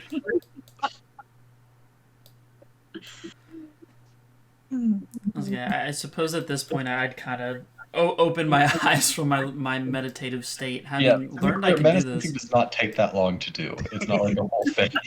You do it. It's like a perception check. What, for mana sense? Yeah. Oh yeah, no, I understand that. Axel doesn't know that though. That's the problem. Listen, he was going off the words of Lily, so yeah, he kind of opened his eyes. Well, first off, is anyone staring at me weirdly from doing this for like a minute or two? You look around. No one is staring at you in particular. Okay. And I'm like, okay, maybe this is like a normal thing around here. I suppose I see. What do I see Lily, Vera, and Nor doing over there? What's going on? I have no idea. Yeah. Vera's face is very pale, panicked, All right. and she's clinging onto Lily. I'll get up and walk over. Like, hey, well, first off, Lily, great advice. I don't think I had to, I was trying to see if I could get a little more of a sense, but, not too great at that. I'll have to figure it out. Vera, you It good? might have been that the right leg was above the left leg. It might be the other way around. It's probably some like that. Vera, you good? I know you were trying to interrupt us earlier, which, rude, but whatever. What's up? She apparently saw someone and is now scared. Yeah, I saw someone out the window staring at me. I got. Not to mention, she apparently does not believe in food anymore. So that. We don't need to talk about that part. Okay, wait, pause. There's a few things I gotta take in here. One, out the window, as in just hanging on the train, or what? Yeah, that's what I was trying to ask you, Hudson. Were they like upside down looking at me through the window when I first saw them, or? They were right side up. Right side up? They just floating. It didn't look like they were hanging on anything. I mean, you couldn't see their arms. So, I mean, it was literally just their head sort of popped up, like, in the window looking at you. My God, that's terrifying. I sent Noir up there, although with the information as I have now, maybe looking below the train might be a... Look, I'm just freaking out because I got that horrible letter left under my pillow, alright? No, I would be scared too. I want nothing. Listen, okay, let's go into the next cart. I am hanging on to both of you, okay? Do not let go of me. That's all I ask. Of course. I give you like a weird like eyebrow raised look, and I'm just like, look, if you got schizophrenia or something, that's fine, but you don't got to make it all of our problems. I grab onto Axel's wrist, and I'm like, let's go. I pull my arm away. I'm like, look, I will walk with you. We're not doing this whole thing. Maybe for Lily, because, she needs her help on occasion, or at least, to keep the show on. But you'll be okay, I promise. Fine, you hang out in the back. No, you hang out in the back. Okay. I was like, floats your boat, princess. I, through my spiritual connection, tell Noir to keep eyes and ears open. Okay. I would also like to Noir tell him, always I would also like to tell him to look under the train, if not the first split second here. Okay. It's kind of hard to, like, you have to kind of lean down and really get, like, under I can grab him and... You're just holding him over the thing. Sure. That's better than either of us hanging. Sure. You look both ways with Noir under the train. You don't see anything in particular. Do I smell something? You smell burnt dust. Interesting. Does like friction exist in this world as well? I'm curious. Zachary gives you a nod as you guys enter, just of acknowledgement. I look back at the other two, kind of like trying to indicate, do we want to talk to him? Yay, nay? I'm looking straight forward. Axel just nods back at Zachary and keeps going. Hey, it's our buddy old pal. I don't say that. What's it? Okay, do we all see that, or is this just Vera? So Axel, Lily, well, actually, I guess it'd be Noir. So all of you can make perception checks. Well, actually, Vera doesn't need to. Lily and Axel do, though. Dude, I can't 11, roll. we're not looking good. I cannot roll well in anything, man. It's so. This entire time, Axel's just gonna think Vera's crazy. Through Lily, oh, I guess it doesn't Yeah. matter. So Axel, like, you feel like you catch the glimpse of something in the corner of your eye, but then you look and then nothing's there though. Vera, however, you see this small girl dressed in white, with white hair and pale skin. She goes from where she was sitting and sort of runs along barefoot toward the end of the hallway. She looks back at you and waves, and then passes through the door without opening it. Nothing Okay, unusual so- there. Did the cat see it? I rolled for Lily, but I mean, with a 2, it's not. The Nora did not see it at all. I was like, he is only. So Sorry. I know I caught a glimpse out of the corner of my eye. Do I happen to like hear anything similar to what I heard in the hallway previously? Do I happen to smell anything? No, not with an 11 and a 4. No. Okay. Well, okay, mine would technically be like a 6, so. It's not gonna be carried away. Was there any kind of like feeling along with this, like how people say they can like feel ghosts or anything, or nothing like that? Nope. Okay. Great. Vera gasps and her face gets super pale again, and she turns around and she goes, "Tell me if one of you saw that." So what, my dear? Oh, What? Jesus. I thought I saw something move, but I don't know if I'm just, being placeboed into this, or if I genuinely saw it. No. It's a gift Fine. of vision, eh? What a beautiful thing. What was that kid doing? I saw that, Hudson. My cat. Jordan popped down and sort of looked past you guys down the hallway, and then moved back into his seat. Does it look like he saw something? I don't know how you would tell that. Yeah. Fine. I don't know. If he had like a surprised expression, like, oh, look at the little ghost girl. No, he's just looking down the hallway, and then he moved back into his seat. But keep marching forward. You can make. I guess you can make an insight check if you want. This is the slowest Oh, walk yeah. to the dining hall I've ever With seen. advantage? Oh, 12. Good. 12. Also- Jordan seemed curious, not alarmed or frightened or anything, just curious. Yeah, cool question. What are we doing right now? Or where are we going? What is happening? Food. Axel's just along for the ride. Food is food. Didn't we eat breakfast like an hour ago? Well, remember, we were going to Talk question to the people. guy. I feel like you would have been hungry. No. We talked. We ate, and then you waited a bit, and then we fought, and then we did all the investigation shit, and then we're back. I feel like it's lunchtime. Is it lunchtime? God. Yes, a significant amount of time has passed. I would say it would be an early lunch for you guys, but it is approaching noon. All right. Axel's just following the group. That was more of a more meta question, I guess, but that was. Yeah, we can go. You know what?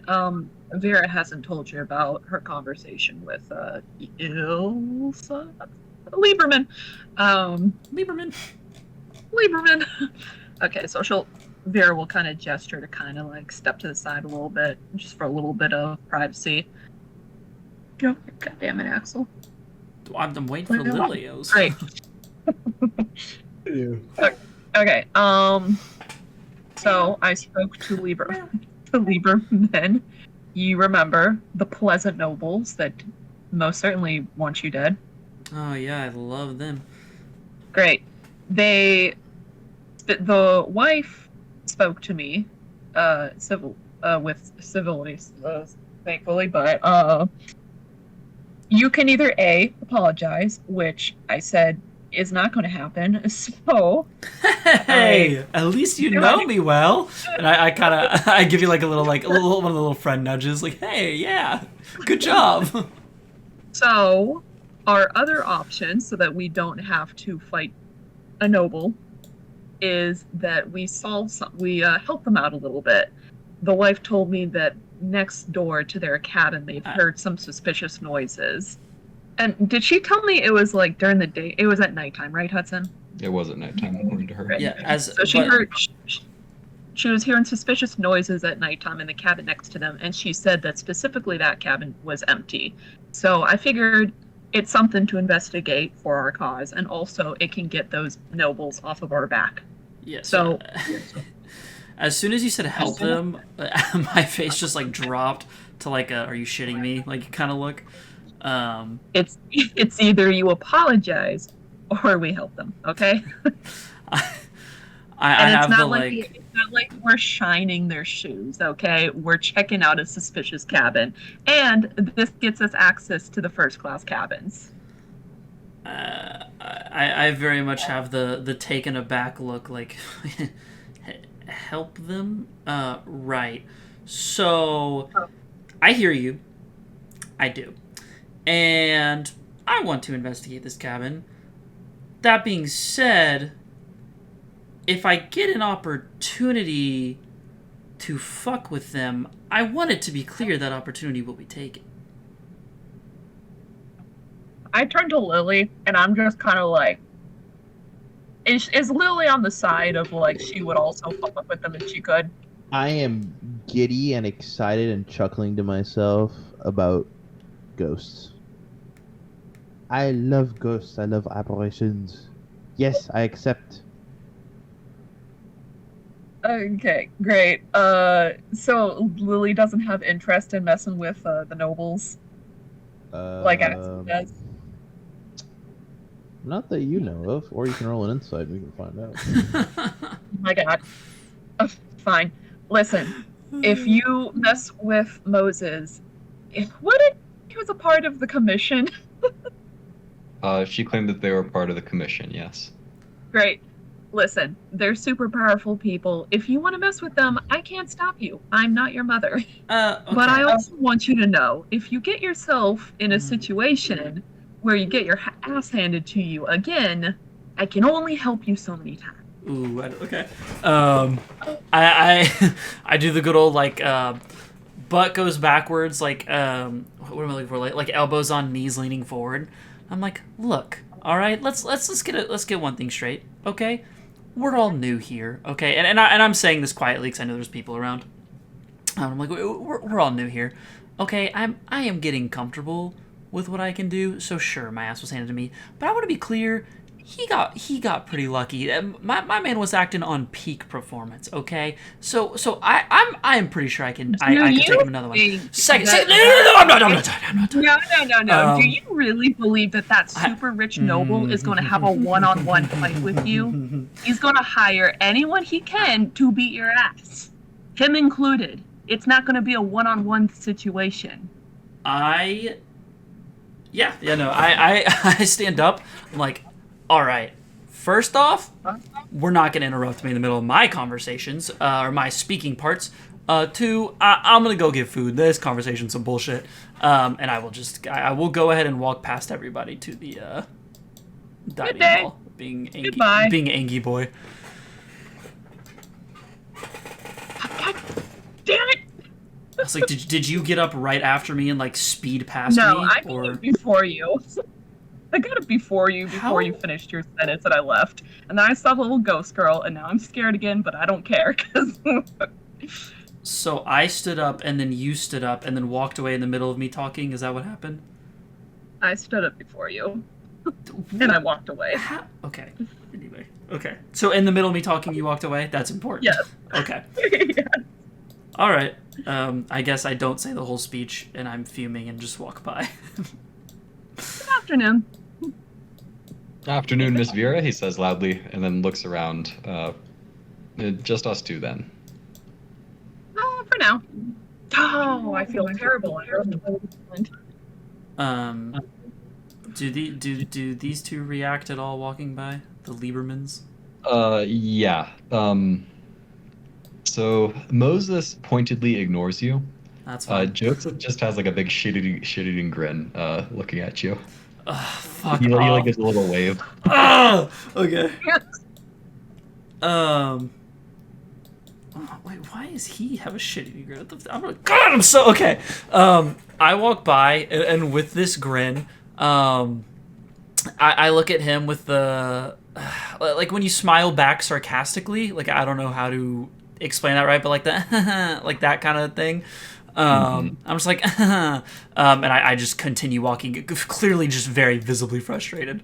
I will be walking through. Yeah, Lily did get left alone, by the way. I'm aware of this, but Axel's not caring about that right now, so I apologize. And I will go to the opposite end and sit right here. Excuse me for 1 second. I need to retrieve my companion. Gotta go the party management and grab Lily and take out Axel. Lily has while they're walking away, while they're just walking and she's coming back, Lily has stood up and she has started singing a song to herself. Oh my god. Just singing, that's so Lily, good. I'm sorry for leaving you behind. It's quite all right. Let's go get some food. I happily almost like a skipping, but not really. Continue. I'm kind of curious. Is Joseph like giving us the shit-eating green, or was it just Axel? When you guys pass him, no, he kind of ignores you.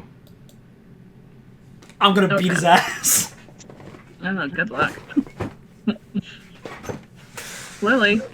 All you need is confidence and luck in a fight. That's all you need, baby. Okay. I assume Lily will want to go sit with Axel, so I will. Am I correct? I don't think you want to sit with the dwarf, do you?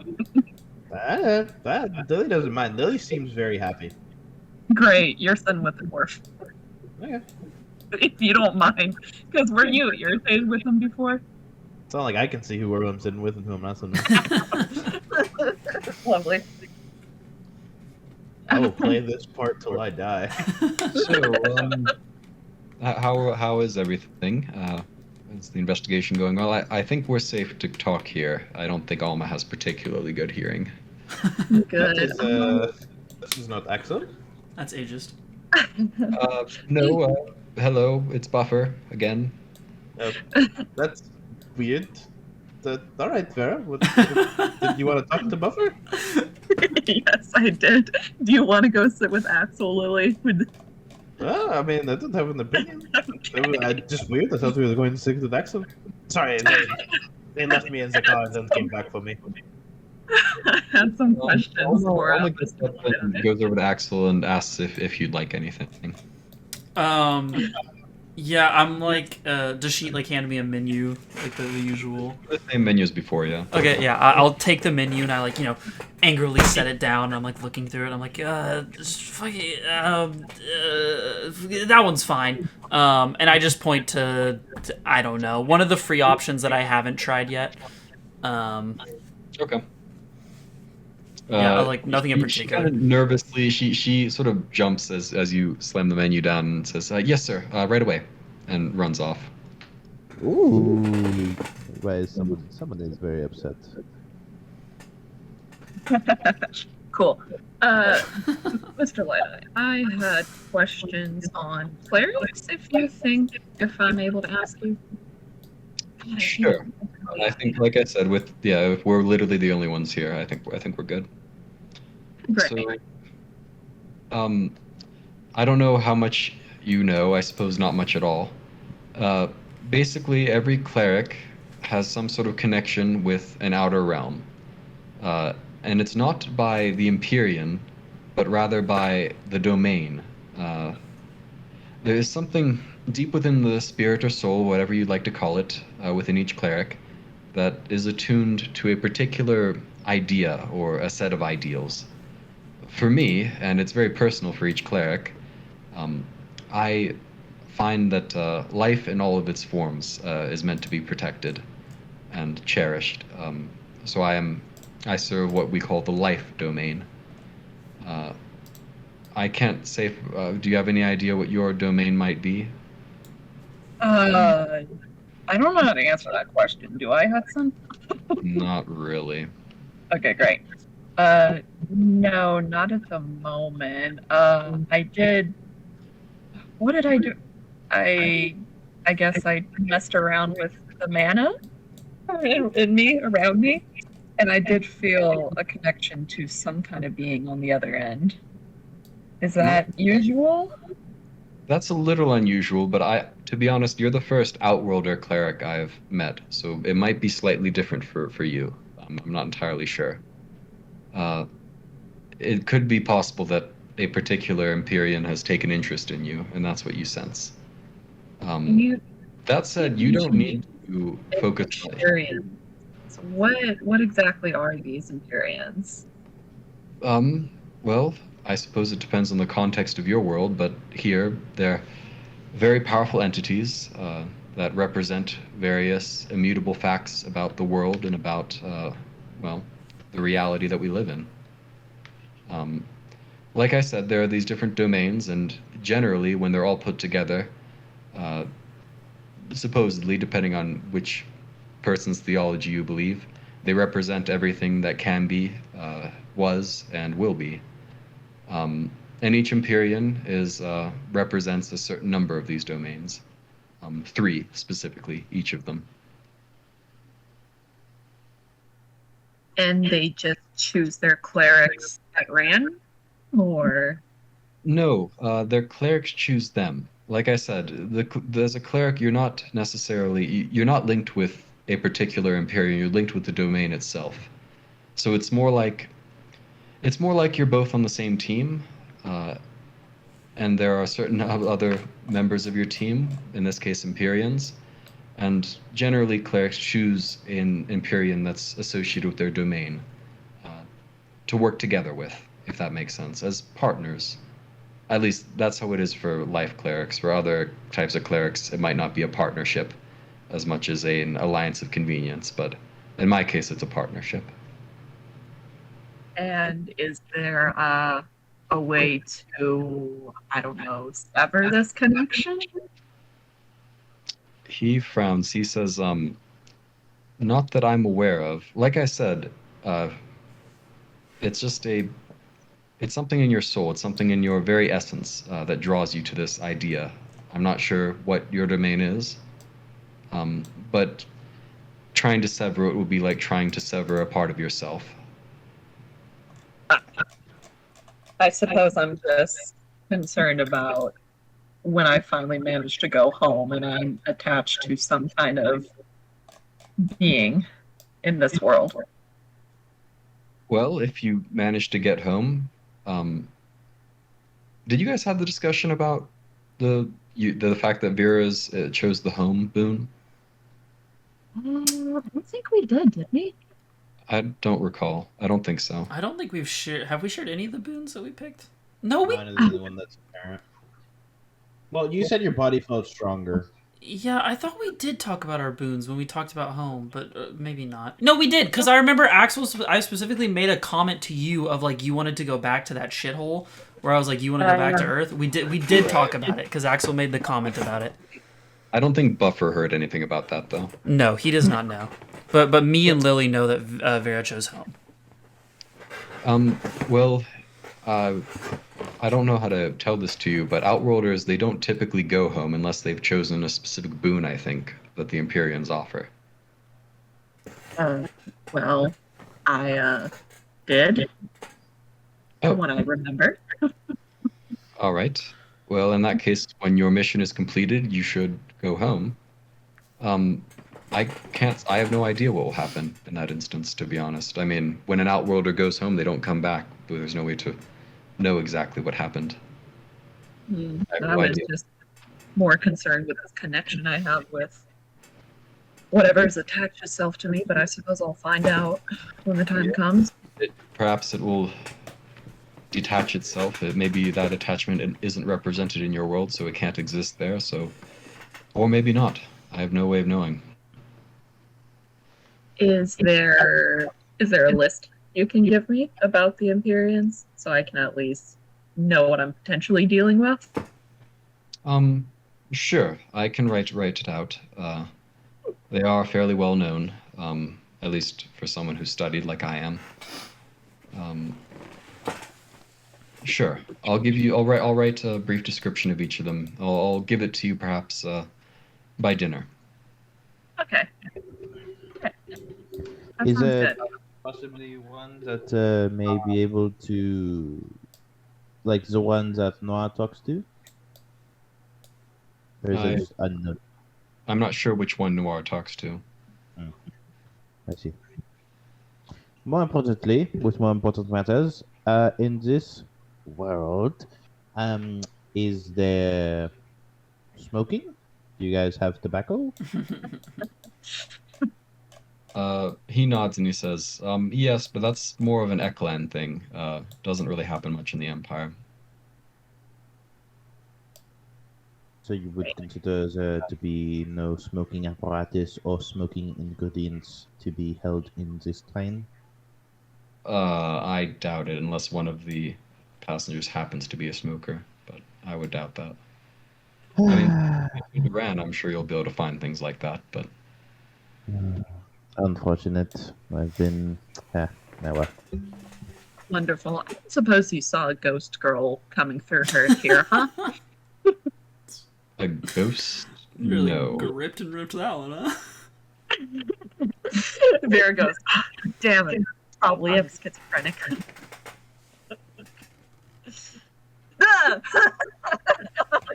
Ghost. Oh my god. Can Lily roll like something so that we can see if she sees it or... She said, So please let Noir someone else is in see the it. wrong seat for that, as is Axel. My tremor sense could... No, If it was making any tremors, then yes, you probably would be able to sense I it. look that ghost girl dead in the eye and I go, what? She doesn't look back at you. She's currently she's like miming eating from the table there. She appears to be probably like 11, 12 years old, something like that. Like I said, completely white clothing, pale hair, and sort of ghostly blue skin. The moment Vera says what in that direction, since Lily is akin to Ghost, would you say it would be possible that Noir looks to where she is looking? Sure. And in fact, Buffer would probably look over as well when he realized Vera was staring at something in the corner. Someone's also got to see Do this we thing. Come on. see it? No smile. He will make a perception check. Roll high. Oh, He looks over and frowns. He says, "Is there what's the matter?" Noir looks over and does not see anything.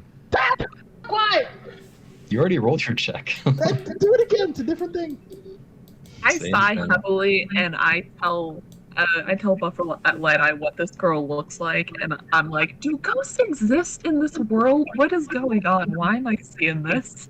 Do they not exist in your world? No, not at all. Neither do Depends who you ask. Yes, they did. The ghost existed. Phantoms were real. It's a matter of opinion. Anyways. What? So that's a yes. Well, yes. When a person dies, they can leave a fair amount of spirit mana behind. Under certain conditions, that spirit mana can curdle and become phantasms or ghosts, usually in the individual's form. So, long story short, yes, ghosts do exist. Normally they're hostile. If they're not, they're called phantasms. Where is the ghost right now, Vera? I gesture to where Ghost Girl is and go, there she is. Mine and eating food. Like nothing's wrong. Did I try to sense some mana, huh? Here we go again. You make a mana sense check. Yes. At advantage, because Lily's really God. cool. Yeah, advantage because I've done it before. No. God giveth and God taketh away. Yep. Truly. Let's go. Hey, how about the apples though? 19? Yeah. So you reach out with your mana sense, and you do sense some strange fabric. The fabric is very, very cold. Like there's nothing underneath it. Because we were sort of describing it as fabric, and it's more like the fabric that goes over it's clothing. There should be like a warm body beneath. In this case, you don't sense any warmth from it. It's coarse and inconsistent. So like it's like torn up or ragged. There's holes in it. Yeah, it's wispy. And in terms of like direction and stuff, you actually can't get a very good sense of that. You sense that it is around you somewhere. Horn and I- whiskey, so not I- bird. I get up and I go to where the ghosty is. Oh, Perhaps, maybe I sit down with it. Nourish is on the table. Does Hey. anything happen? It continues doing. Or like, not that I can tell, but Yeah, I mean, from Vera's perspective, it continues doing what it was doing.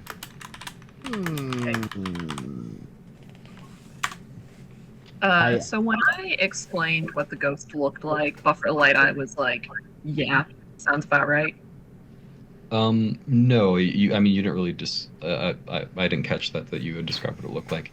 He says, that sounds strange. As I said, typically ghosts are not nearly as well formed as that. It shouldn't look human. If it does, it's more likely to be a phantasm, I think, because they are not torn up as much by the negative emotions that they perished with.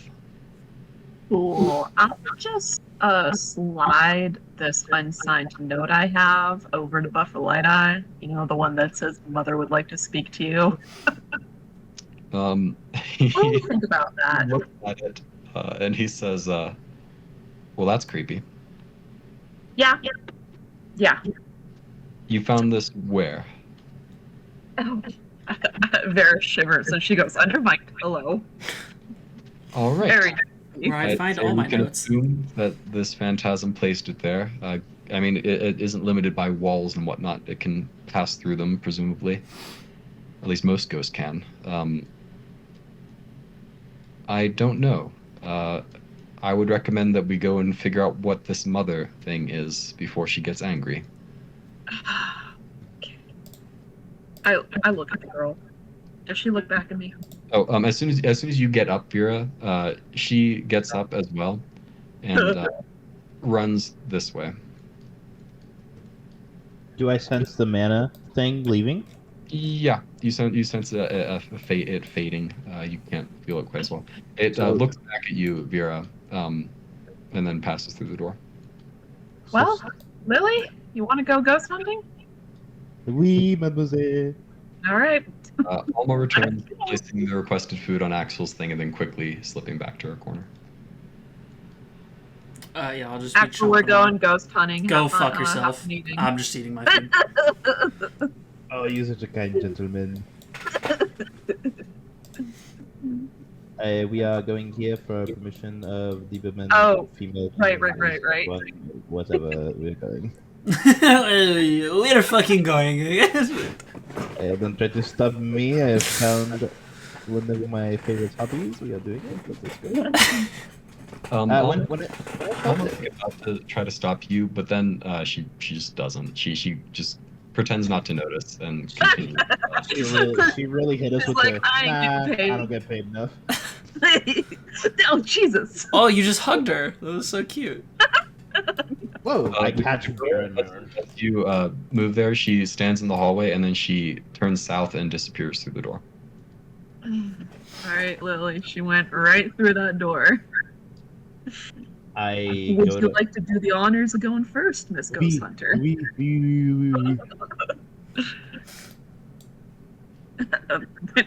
I peek through the door and I'm like, "Oh, she's right. She's there, all right." Noir, Lily, through Noir, you can in fact see a girl standing in the corner there. To be clear, she does not look like a ghost to you. She just looks like a normal girl.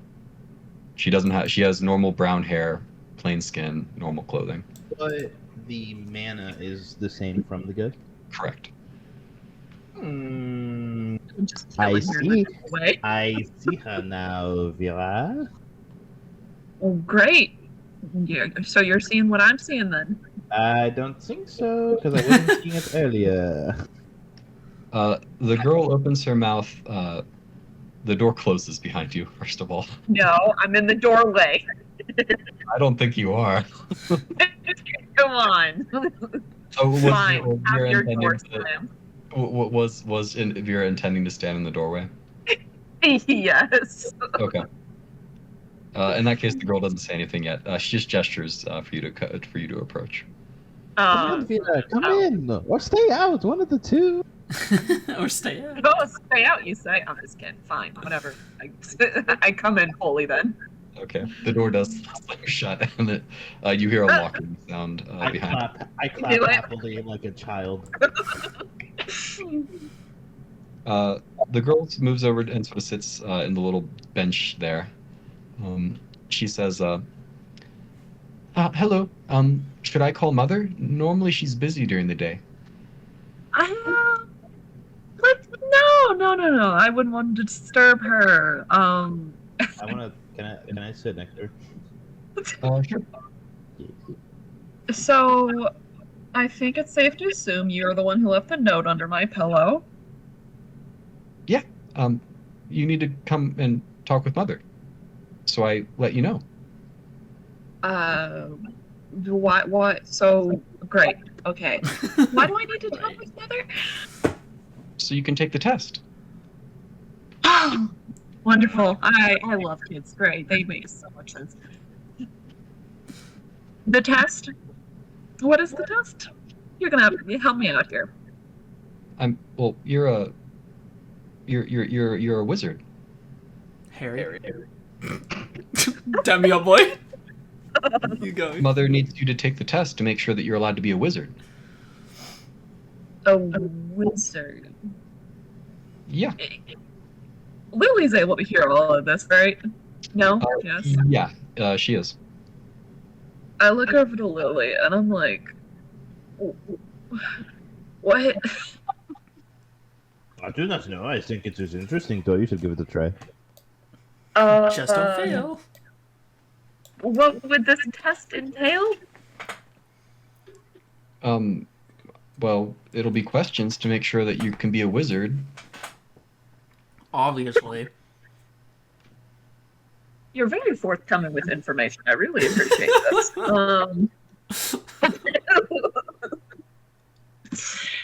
Great. It's like I want to ask her. Wait, I don't even know. I don't even know where to go from here. What does the girl look like to me? So she basically has the same form that Lily saw. So like I said, about 11, 12 years old. Like I said, though, she just looks like a plain, brown hair, loose, plain, sort of, maybe not farmer's girl clothes, but just kind of nondescript clothing, little dress. Hey, I'm sorry, little girl. I know you're more interested in her than me, but do we have a name? Do you have a name? The girl looks up at you and says, "I think so." Would you be willing to share? I think so.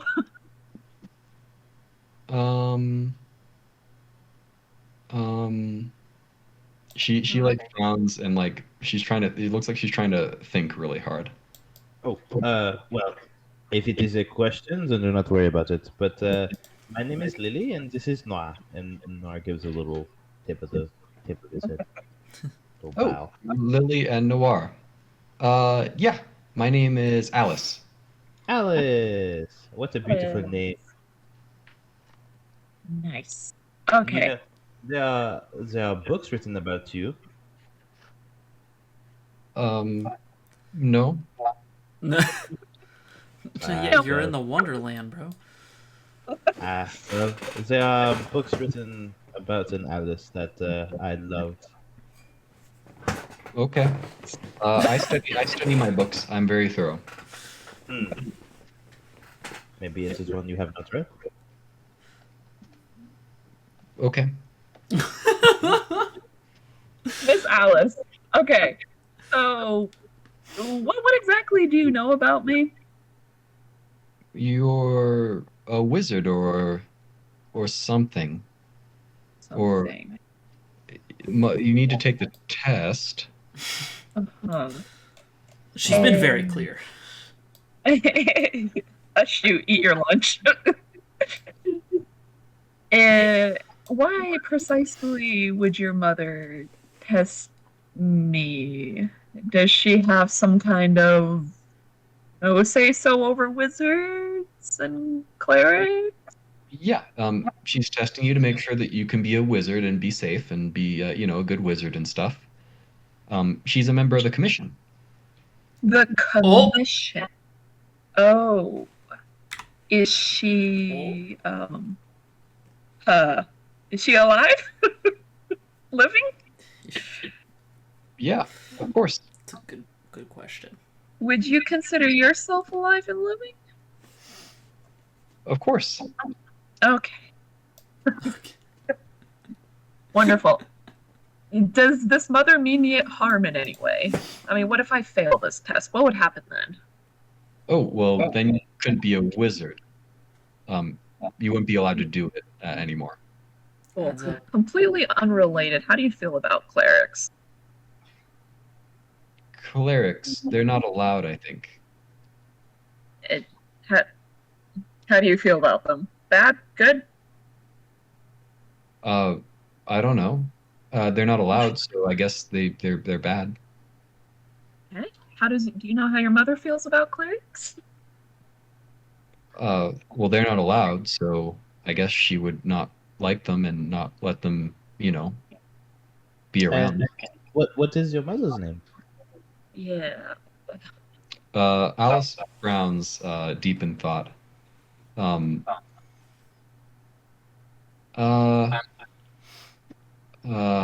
I just call her Mother. Her name.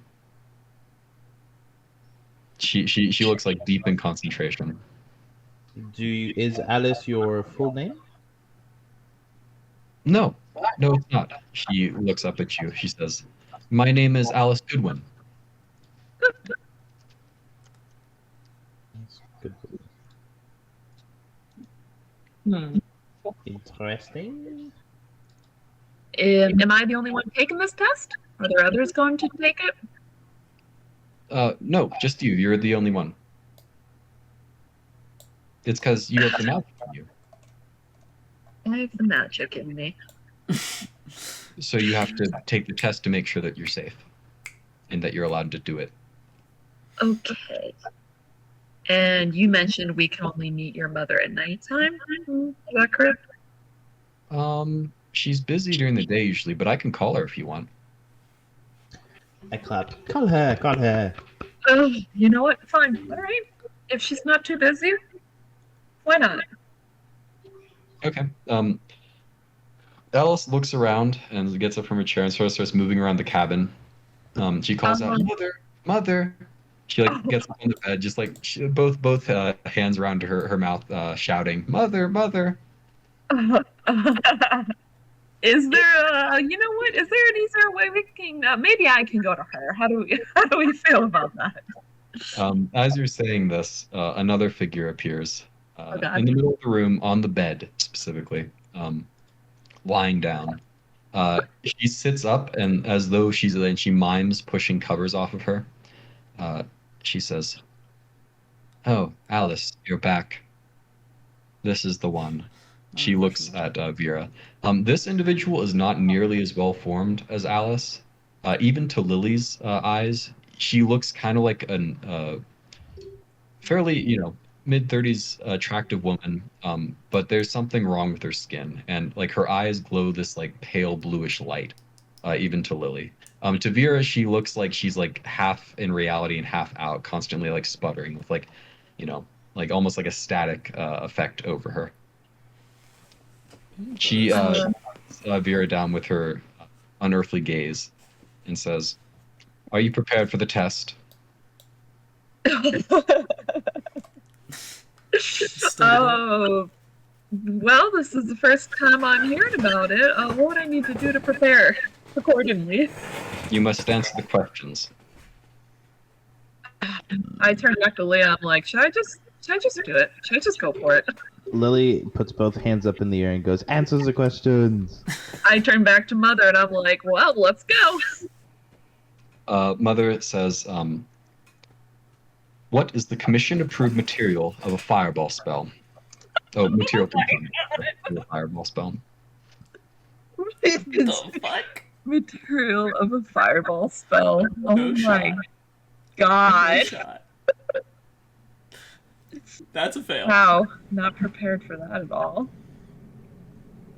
Material component from fireball spell. Yeah. You know what, Miss? Question. When I inevitably fail this test, am I just going to be unable to do magic? How would you know that? What did she say? How would you know that? That I would inevitably fail this test? No, I'm saying I'm not going to answer that question. Is what I'm saying. Wait, no, but I'm asking Oh, I think her. she's asking Mother. Yeah, like she's asking Mother the question. Yeah. How does Vera respond to this question? Can I tell Vera? Lily knows. I mean, you can say something if you want, Lily. Well, I don't know. I'm just saying, like, what would you use to make fire? You can be like sulfur, is a good one. Oh, Sulfur yeah, is that's special. Yes, that's a good guess. That's meta though. Lily hasn't told you anything. Yeah. Bro, chat's kind of cooking today. Mother just stares at you, patiently waiting for a response. So, great. Commission approved material component of a fireball spell. Whatever. I'm just gonna use. Wonderful. Sulfur. That's not. Second question. What is the commission designated level of the whirlwind spell? Oh my god.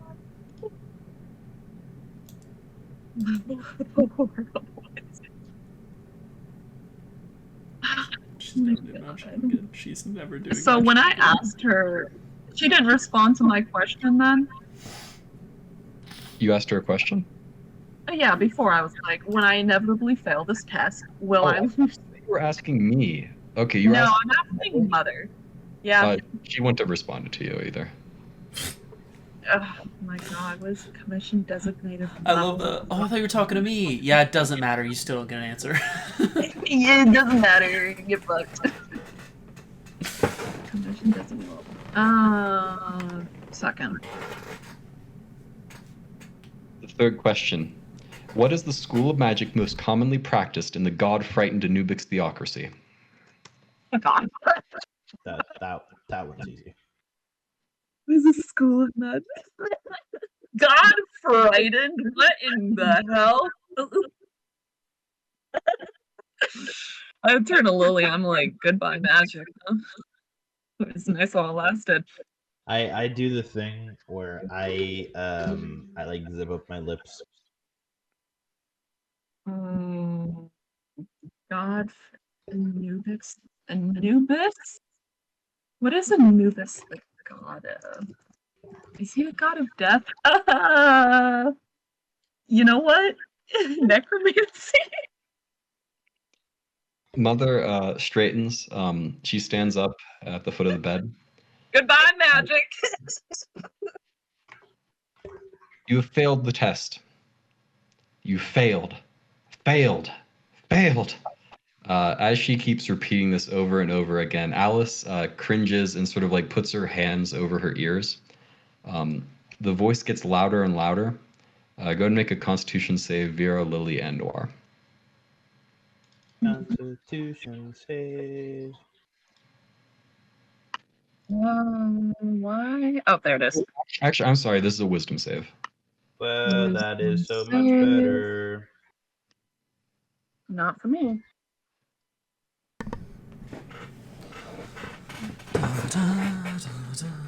My If body you can roll, lies over Lily the for Noir. ocean. Shmeep Shmop, hold on. It was wisdom Yeah, wisdom. and then wisdom for Sheesh. as well. Sheesh! Hey, nice. All right. So Rip Vera. Oh. Yeah, rip. What happened to him? Oh, bro, Ripskis? What the fuck? So Noir manages to stay awake as this horrible noise keeps battering inside of his mind. He does see Mother disappear as you see like flames begin to like sprout in this compartment. They aren't hot though. You see them. Alice and Mother vanish within the flames. Yeah. What would Noir like to do?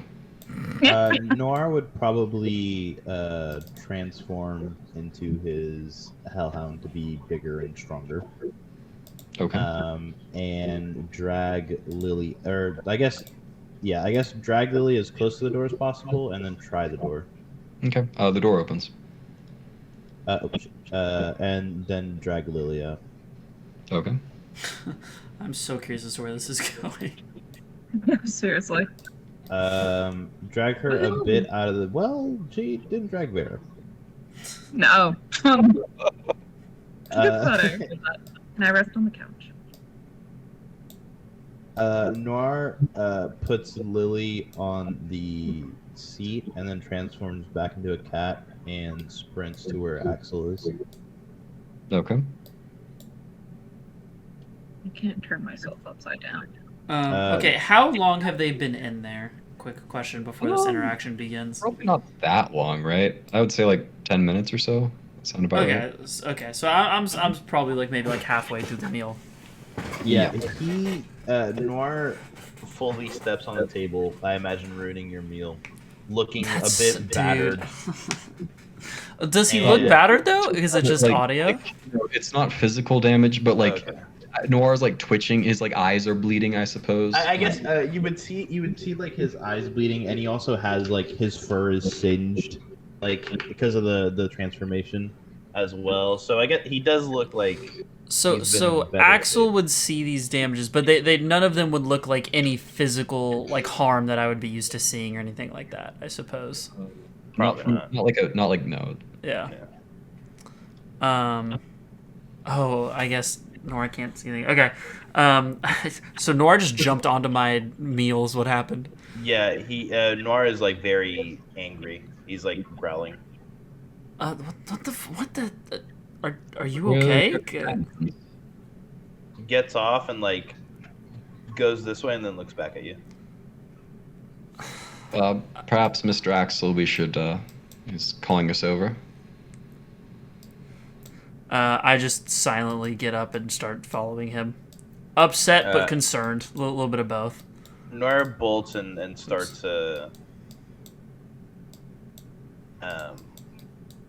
like I guess at this point even Buffer Light I would see, but Noir transforms back into the Hellhound, bones cracking and all. Chains forming, flames start kind of peering off as he is growling in like the direction of this door. Okay. Okay, Nora, I got you, man. Probably go back to your cat form for now. We don't need any other issues coming from someone seeing this. I'm sorry. I do need to. Buffer sort of like peeks his head around the hallway to make sure it's clear. Then he reaches out towards Lily. Oh, I'm doing more spell casting in one day than I've done in the past year, I think. Well, I mean, shit, I guess we can't thank you enough. And I will go ahead, since he's dealing with Lily, and walk towards this door. Okay. It's open. You see Vera lying on the floor there. Is she kind of similar situation to Noir, where it's like no like physical harm, but like there's like little like tears made of blood leaking from her eyes. Oh, I guess this would be really disturbing, so I can't really have Axel. Okay.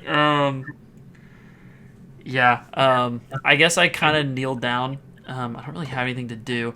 I will go ahead and pick her up. As I'm carrying her, I kind of mumble under my breath, like, just like, oh, fucking, maybe don't be a bitch next time. As I'm trying to like carry her over to Light Eye. Okay.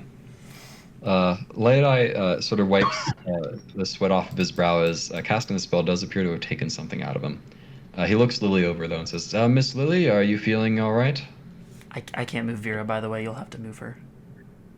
Just so you know, Marissa. Oh, I can move her over. I assume you're sort of placing her next to Light Eye. Yeah. Just like setting her on the ground. Lily, I guess, like, scares herself back into life, I guess, and goes, "Oh, that was quite an experience. Yeah, I am doing better." All right, one more. And Buffer reaches out and touches Vera, and Vera, you feel yourself regaining consciousness. Buffer like leans back against the door and like sort of slides down. He's breathing heavily. I mean, I would assume there's kind of a little bit of room. I would try to step over and kind of help pick him up. He puts his hand up. He says, "No, I'm fine. Just took a bit out of me. That's all." Okay. I'll step back to the side and just look between the three of them. Just go, what the hell happened to y'all? Vera, might be a good opportunity. I think Noir is still damaged. Perhaps you could expend some of your own resources for practice. Yes, sir. Healing word. What if I give him false life? How do you feel about that? Yep. It's only yourself, cringe. Noir looks a little better. As healing magic flows into him. Yeah, Noir is still in his kind of hellhound form and jumps on Lily, I guess, when she came back. Okay. Well, that was quite an experience, Noir. I think we are. It appears in the good. I don't think you should be revealing that. I appreciate it, boy. Yeah, My, right. Question still stands. What the fuck happened? Before that, Hudson, spells, you get the spell slots back after every day, right? After every long rest. Which is every day? I mean, like, sleeping at night counts, right? Yeah. You would certainly hope so. Okay. And then, how many spell slots do I have? Like, how many times can I use Healing Word? So you have 2 first level spell slots, I believe, and you just use one of them. Sure. Will he regain all of his health after a long night of rest? That is how it works normally. Cool beans. All right, back to Axel's question.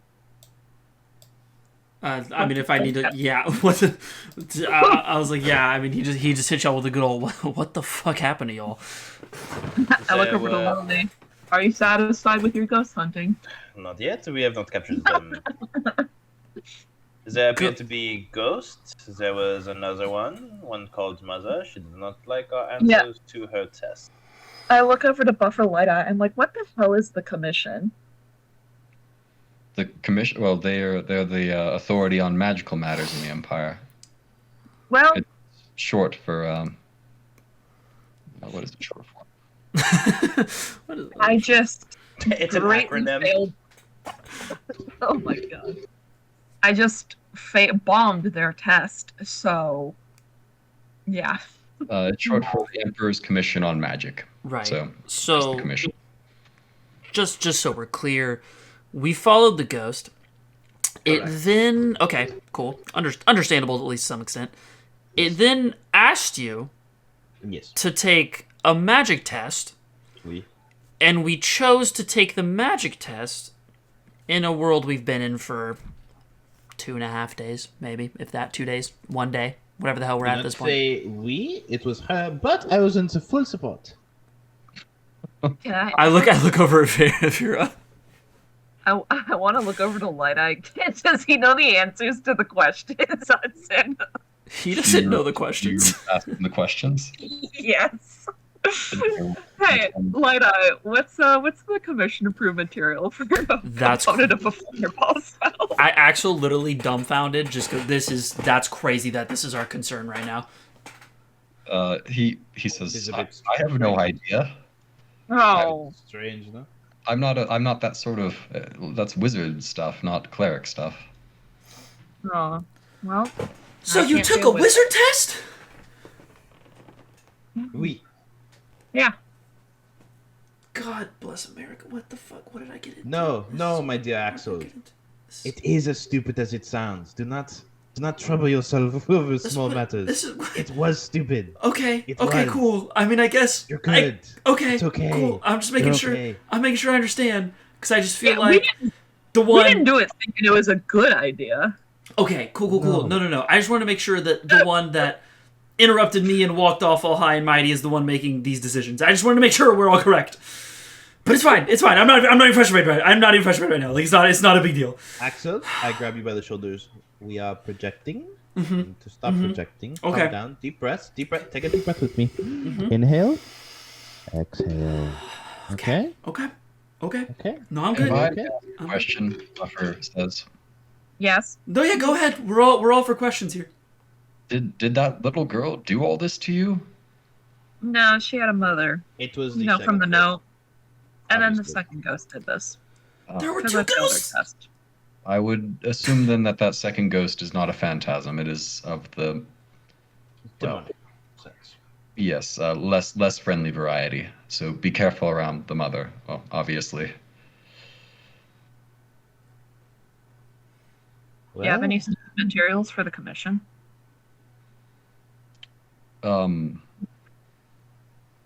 No, not really. I don't. I don't really deal with them in my work. They regulate experiments and provide You know what?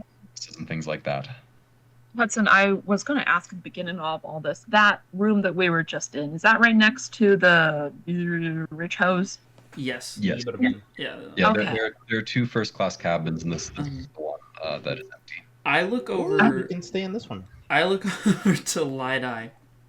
I'm just like, okay, so with everything you've heard here, I know that you're not a wizard yourself, but is this a normal thing for a lot of magic users to have to take a test? Like I said, the mission in the Empire, at least, they're pretty thorough about who is allowed to learn magic. So yes, it's not unusual. I don't know why. I don't suppose you know why they chose me to take the test. No, that seems very strange to me. You're not an arcane caster. You're a cleric. I don't know why they would choose you over, say, Mr. Axel over there. I kind of want to pass this test. As soon Thank as you very say much this, for doing this, by the way. I kind of look at him like, am I gonna have to take a test? We will all have to take a test. What the first, fuck does that mean? I mean, if you want to practice magic in the Empire and gain access to libraries and things like that, yes, you'll need approval by the Commission. Where's the rich bitches? Okay, Axel looks and goes, did Vera just walk off right now? She did appear to leave, yes. I'm What? not sure where she I can't do this. I'm gonna jump off I this just want to train. make it clear, I did say thank you to Buffer Light Eye before I left. I think no Sorry. one heard me. I just want to make that clear. I didn't walk off without saying thank you. Oh, that was Axel's concern, so thank God. That was what he was worried about. No, of course I would thank Buffer Light Eye. I'm not a filthy peasant. I closed the door. Yeah. Axel at this point is I'm up against the wall, like hands on both sides of my head, just like wide eyed, like what the fuck what is going on? What did I get into? I calmly go to the room and close this door as well. All right, on to more serious topics. Enough with the lollygagging. That one is now out of the picture. There were two ghosts. There was a mother. She was a bit more violent than the child. The child appeared to be of normal to peasant. wardrobe. The mother was a bit in and out of reality, as you say, and didn't keep her form very well. She was a bit violent. She asked Vera 3 questions. Upon failing, we were damaged by some sort of audible attack. I feel like I handled it, Noah here handled it as best as anybody could, and dragged me out of the room. So eventually, you could also see the ghosts. Yes, correct. All right. I look over to Light Eye. Oh, go ahead. Yeah. Yes, so I don't know about the mother situation, but it would make sense based off of what I know. Ghosts, they tend to gain more of their form the closer they are to the place of their death. So if that room is where the girl and her mother died, perhaps it would be easier to see them in there. Correct. The girl was Alice Goodwin, the mother, which does not get the name of. Miss Goodwin, then, I suppose. Miss Goodwin. Is it Yes. normal, Mr. Light Eye, for these tests to be given through apparitions and stuff? I don't know. I'm not a ghost hunter. I learned a bit about them at school, but it's been years, and it was never a focus of mine. Anyway, to Fair get enough, rid I of them. suppose. Well, I mean, you can do it by force if need be. But if you find some other way of resolving unresolved issues, then they can disappear on their own. If not, fire usually works, and radiant light and things like that. That sort of damage tends to be effective. Mm-hmm. Well, Interesting. I mean, spitballing. Maybe, doing this test might be successful. That being said, Light Eye, do you know anyone on the train that happens to be a wizard or like a heavy magic user or anything like that we could maybe talk to? I mean, obviously not giving them all the details, but trying to pick their brain. I can Well, ask. yes, of course, the conductors. Yes, I can ask the conductor. Oh, Both yeah. How trained and commission-approved wizards. did that go, by the way? Or we'll talk about it later. Or not. Okay. In the meantime, we can go over to Vera, as she's been waiting patiently. You approach the Liebermans by yourself. I mean, we can pick this up next time if you want. I don't want to stop middle conversation. We have a few more minutes. Run it, baby. While we're on the topic, I didn't get if we're doing it, I didn't get Vera's thing, so I can't see where she is. Whoops. Oh, do you have one of your characters selected, or no? Nope. I have Axel, Lily, and Noir. I just don't have. Gotcha. Anyways, I got it. when I pass by everyone, what are their expressions? Angry, upsetty, normal. Upsetty spaghetti. Moses and Joseph don't really they don't really pay that much attention to you. Ilse, however, does look at you with sort of a questioning look. Good afternoon, Miss Lieberman. Could I talk to you for a second? It's concerning the matter you mentioned to me earlier. Of course. She goes a few things down and sits down. Freaking God, you're screwed, Joseph. So, you mentioned earlier that you and your husband were part of the commission. Yes, that's correct. Is it, usual for the commission to send apparitions to recruit? What? Apparitions like ghosts? Most likely, yes. No, necromancy is forbidden in the Empire, as is blood magic. We would not use either, and it would be very uncomfortable for the person who did. Did she say if we blood found magic? out. Wonderful. So, concerning the room next to yours, how would one banish ghosts? There's a ghost in the room next to ours. Yeah. Yes. Oh my. Yes. Oh. So, with your knowledge with magic in the commission, I was hoping you'd have some knowledge on how to deal with them. Well, copious amounts of fireballs and lightning bolts would be my first option. To be frank, I'm not much of a combat specialist. Neither is Moses. We have some experience, but not too much. I mean, how would you like a job then? I'd be willing to pay you a fair fee for dealing with this. That sounds yes. All right. Sounds very yes. If you can deal with this ghost situation, how about what's a fair price? 300. 200 gold pieces. Oh, 200. Yeah, close to 300. Yes, indeed. That sounds wonderful. so much beer. Okay. You'll need to do it today, though. I am not going back to my cabin with a ghost in the next to it. Yes, understandable. So, no other way. Is that the only way to deal with ghosts? I mean, any options being thrown on the table, I'm willing to listen to. Like I said, I'm not an expert. I think that ghosts in particular, they're not like more physical undead like skeletons and things of that manner. If you can deal with the issues that's keeping them pinned into the place that they are, then they can disappear on their own, from what I understand. Oh, okay. I'm gonna. So when I went to go see the ghost, they asked me commission-related questions. Could you provide the answers for those? Commission? They ask you questions. Yep, sorry. Yes. All right.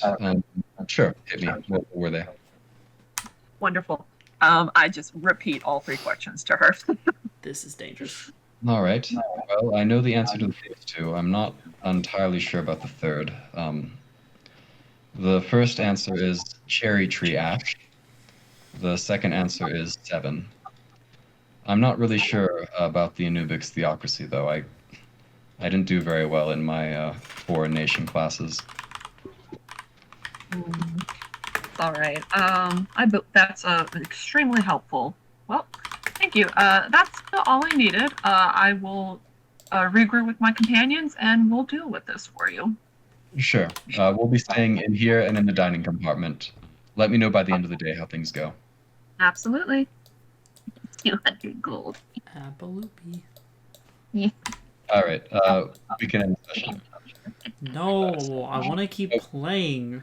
200 goldies. No, Dad. Gotta round it out to 1210 at this point, right? No, Dad. 200 Keep going. goldies. I'm invested. Wait, let me ask Buffer Light Eye one more thing before I forget for next week. Hey, you got your fucking thing, alright? Chill the fuck out. Oh, just one more fucking, question. fucking wait 15 minutes, brother. Get the fuck out of here. Do you guys want to go for like another 10 minutes? I'm okay with that. I want to go for another 10 hours. We can. Vera needs to go back the fuck to Liebermans. Fine, go. Do your shit. I'd like to do my shit away from you. In the meantime, when Vera was talking with the Liebermans, Lily and Axel, you guys have some more time with Buffer. Yeah. Anyway, Respectively speaking, where the fuck were we?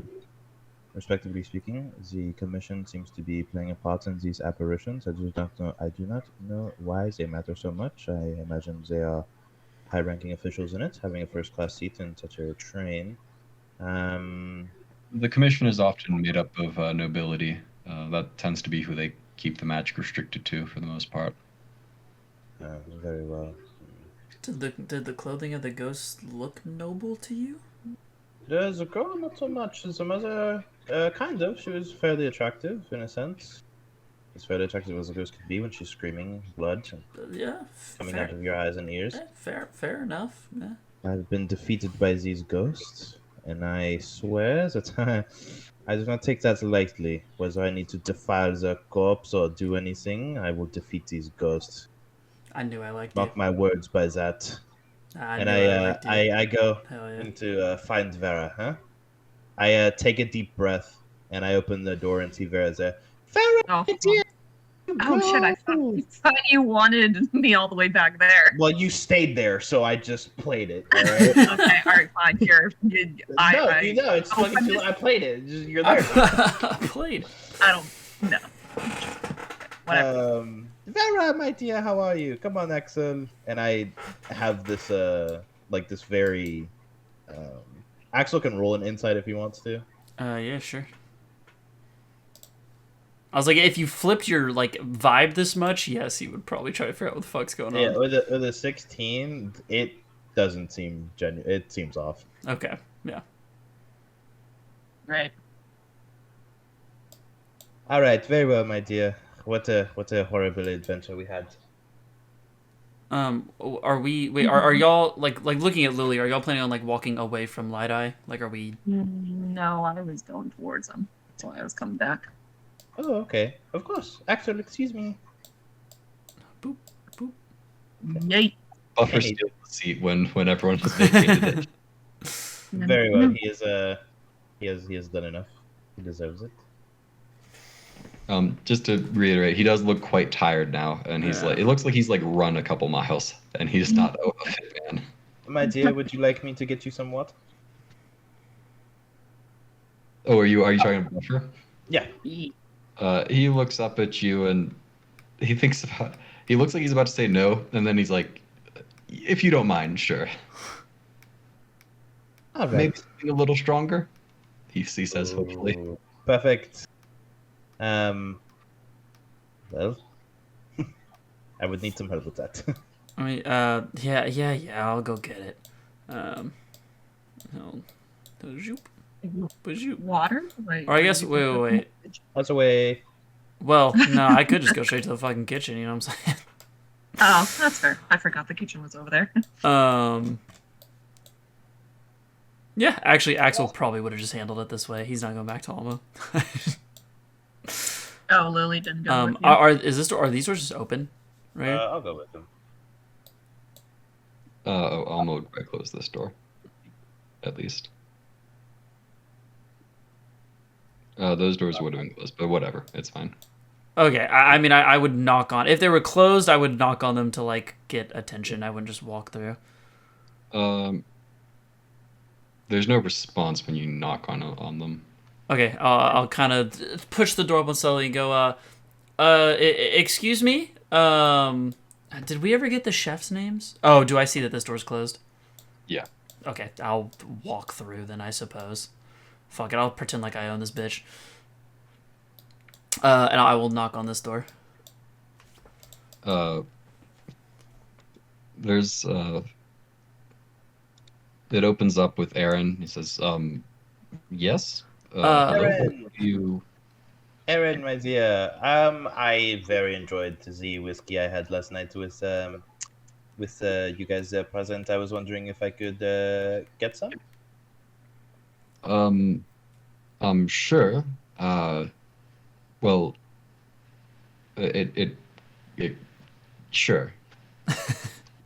He goes up and goes over, reaches underneath, grabs a bottle, and brings it back over to you. He says, Carmino is paying for this, I suppose? Oh, I can pay for it. Don't worry about this. Okay. He reaches out a hand to you skeptically. Oh, God. Kind of frightened. I don't respond. Yeah, I nudge Lily, and I'm like, his hand's out, and I will grab her wrist and guide it accordingly. Do I see a number on his arm, by the way? Yeah. What is the number? 3 gold pieces. Oh, okay, that's fine. I grab her wrist and I put it there. I don't say anything, so I don't want him to be suspicious, but I just kind of put her hand there to confirm it.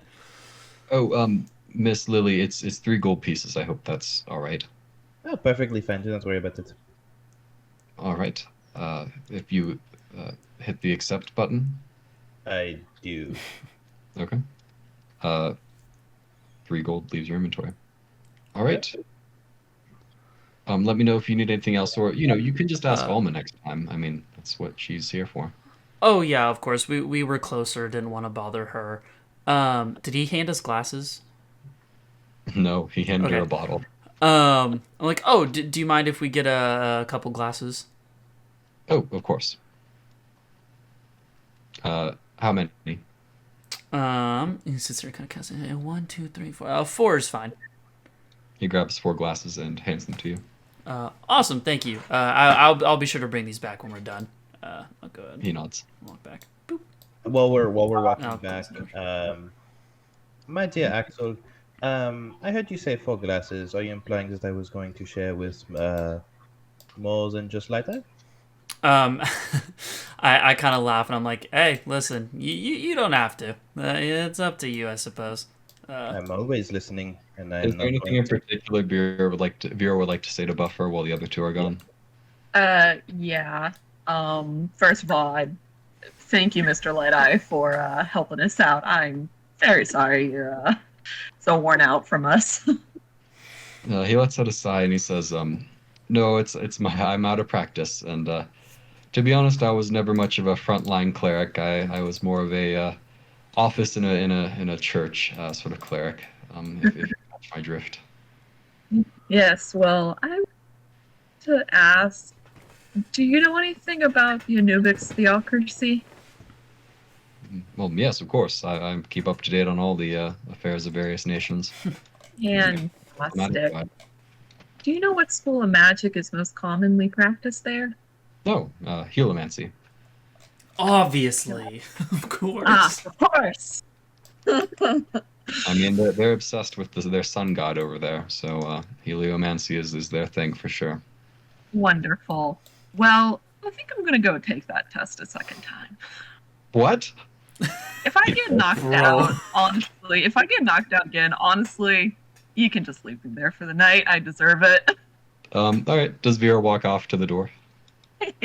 Yes. All right. So at this moment, like Buffer sort of stumbles up from his seat. He says, "Oh wait, are you sure that's a good?" And Lily and Axel, you guys walk around the corner as Vera opens the door and Oh my enters. God. And you hear the door closing behind her. Dude. And that's where we'll end tonight's session. Holy How about shit. that? Axel might jump off this train. We might push him to the point.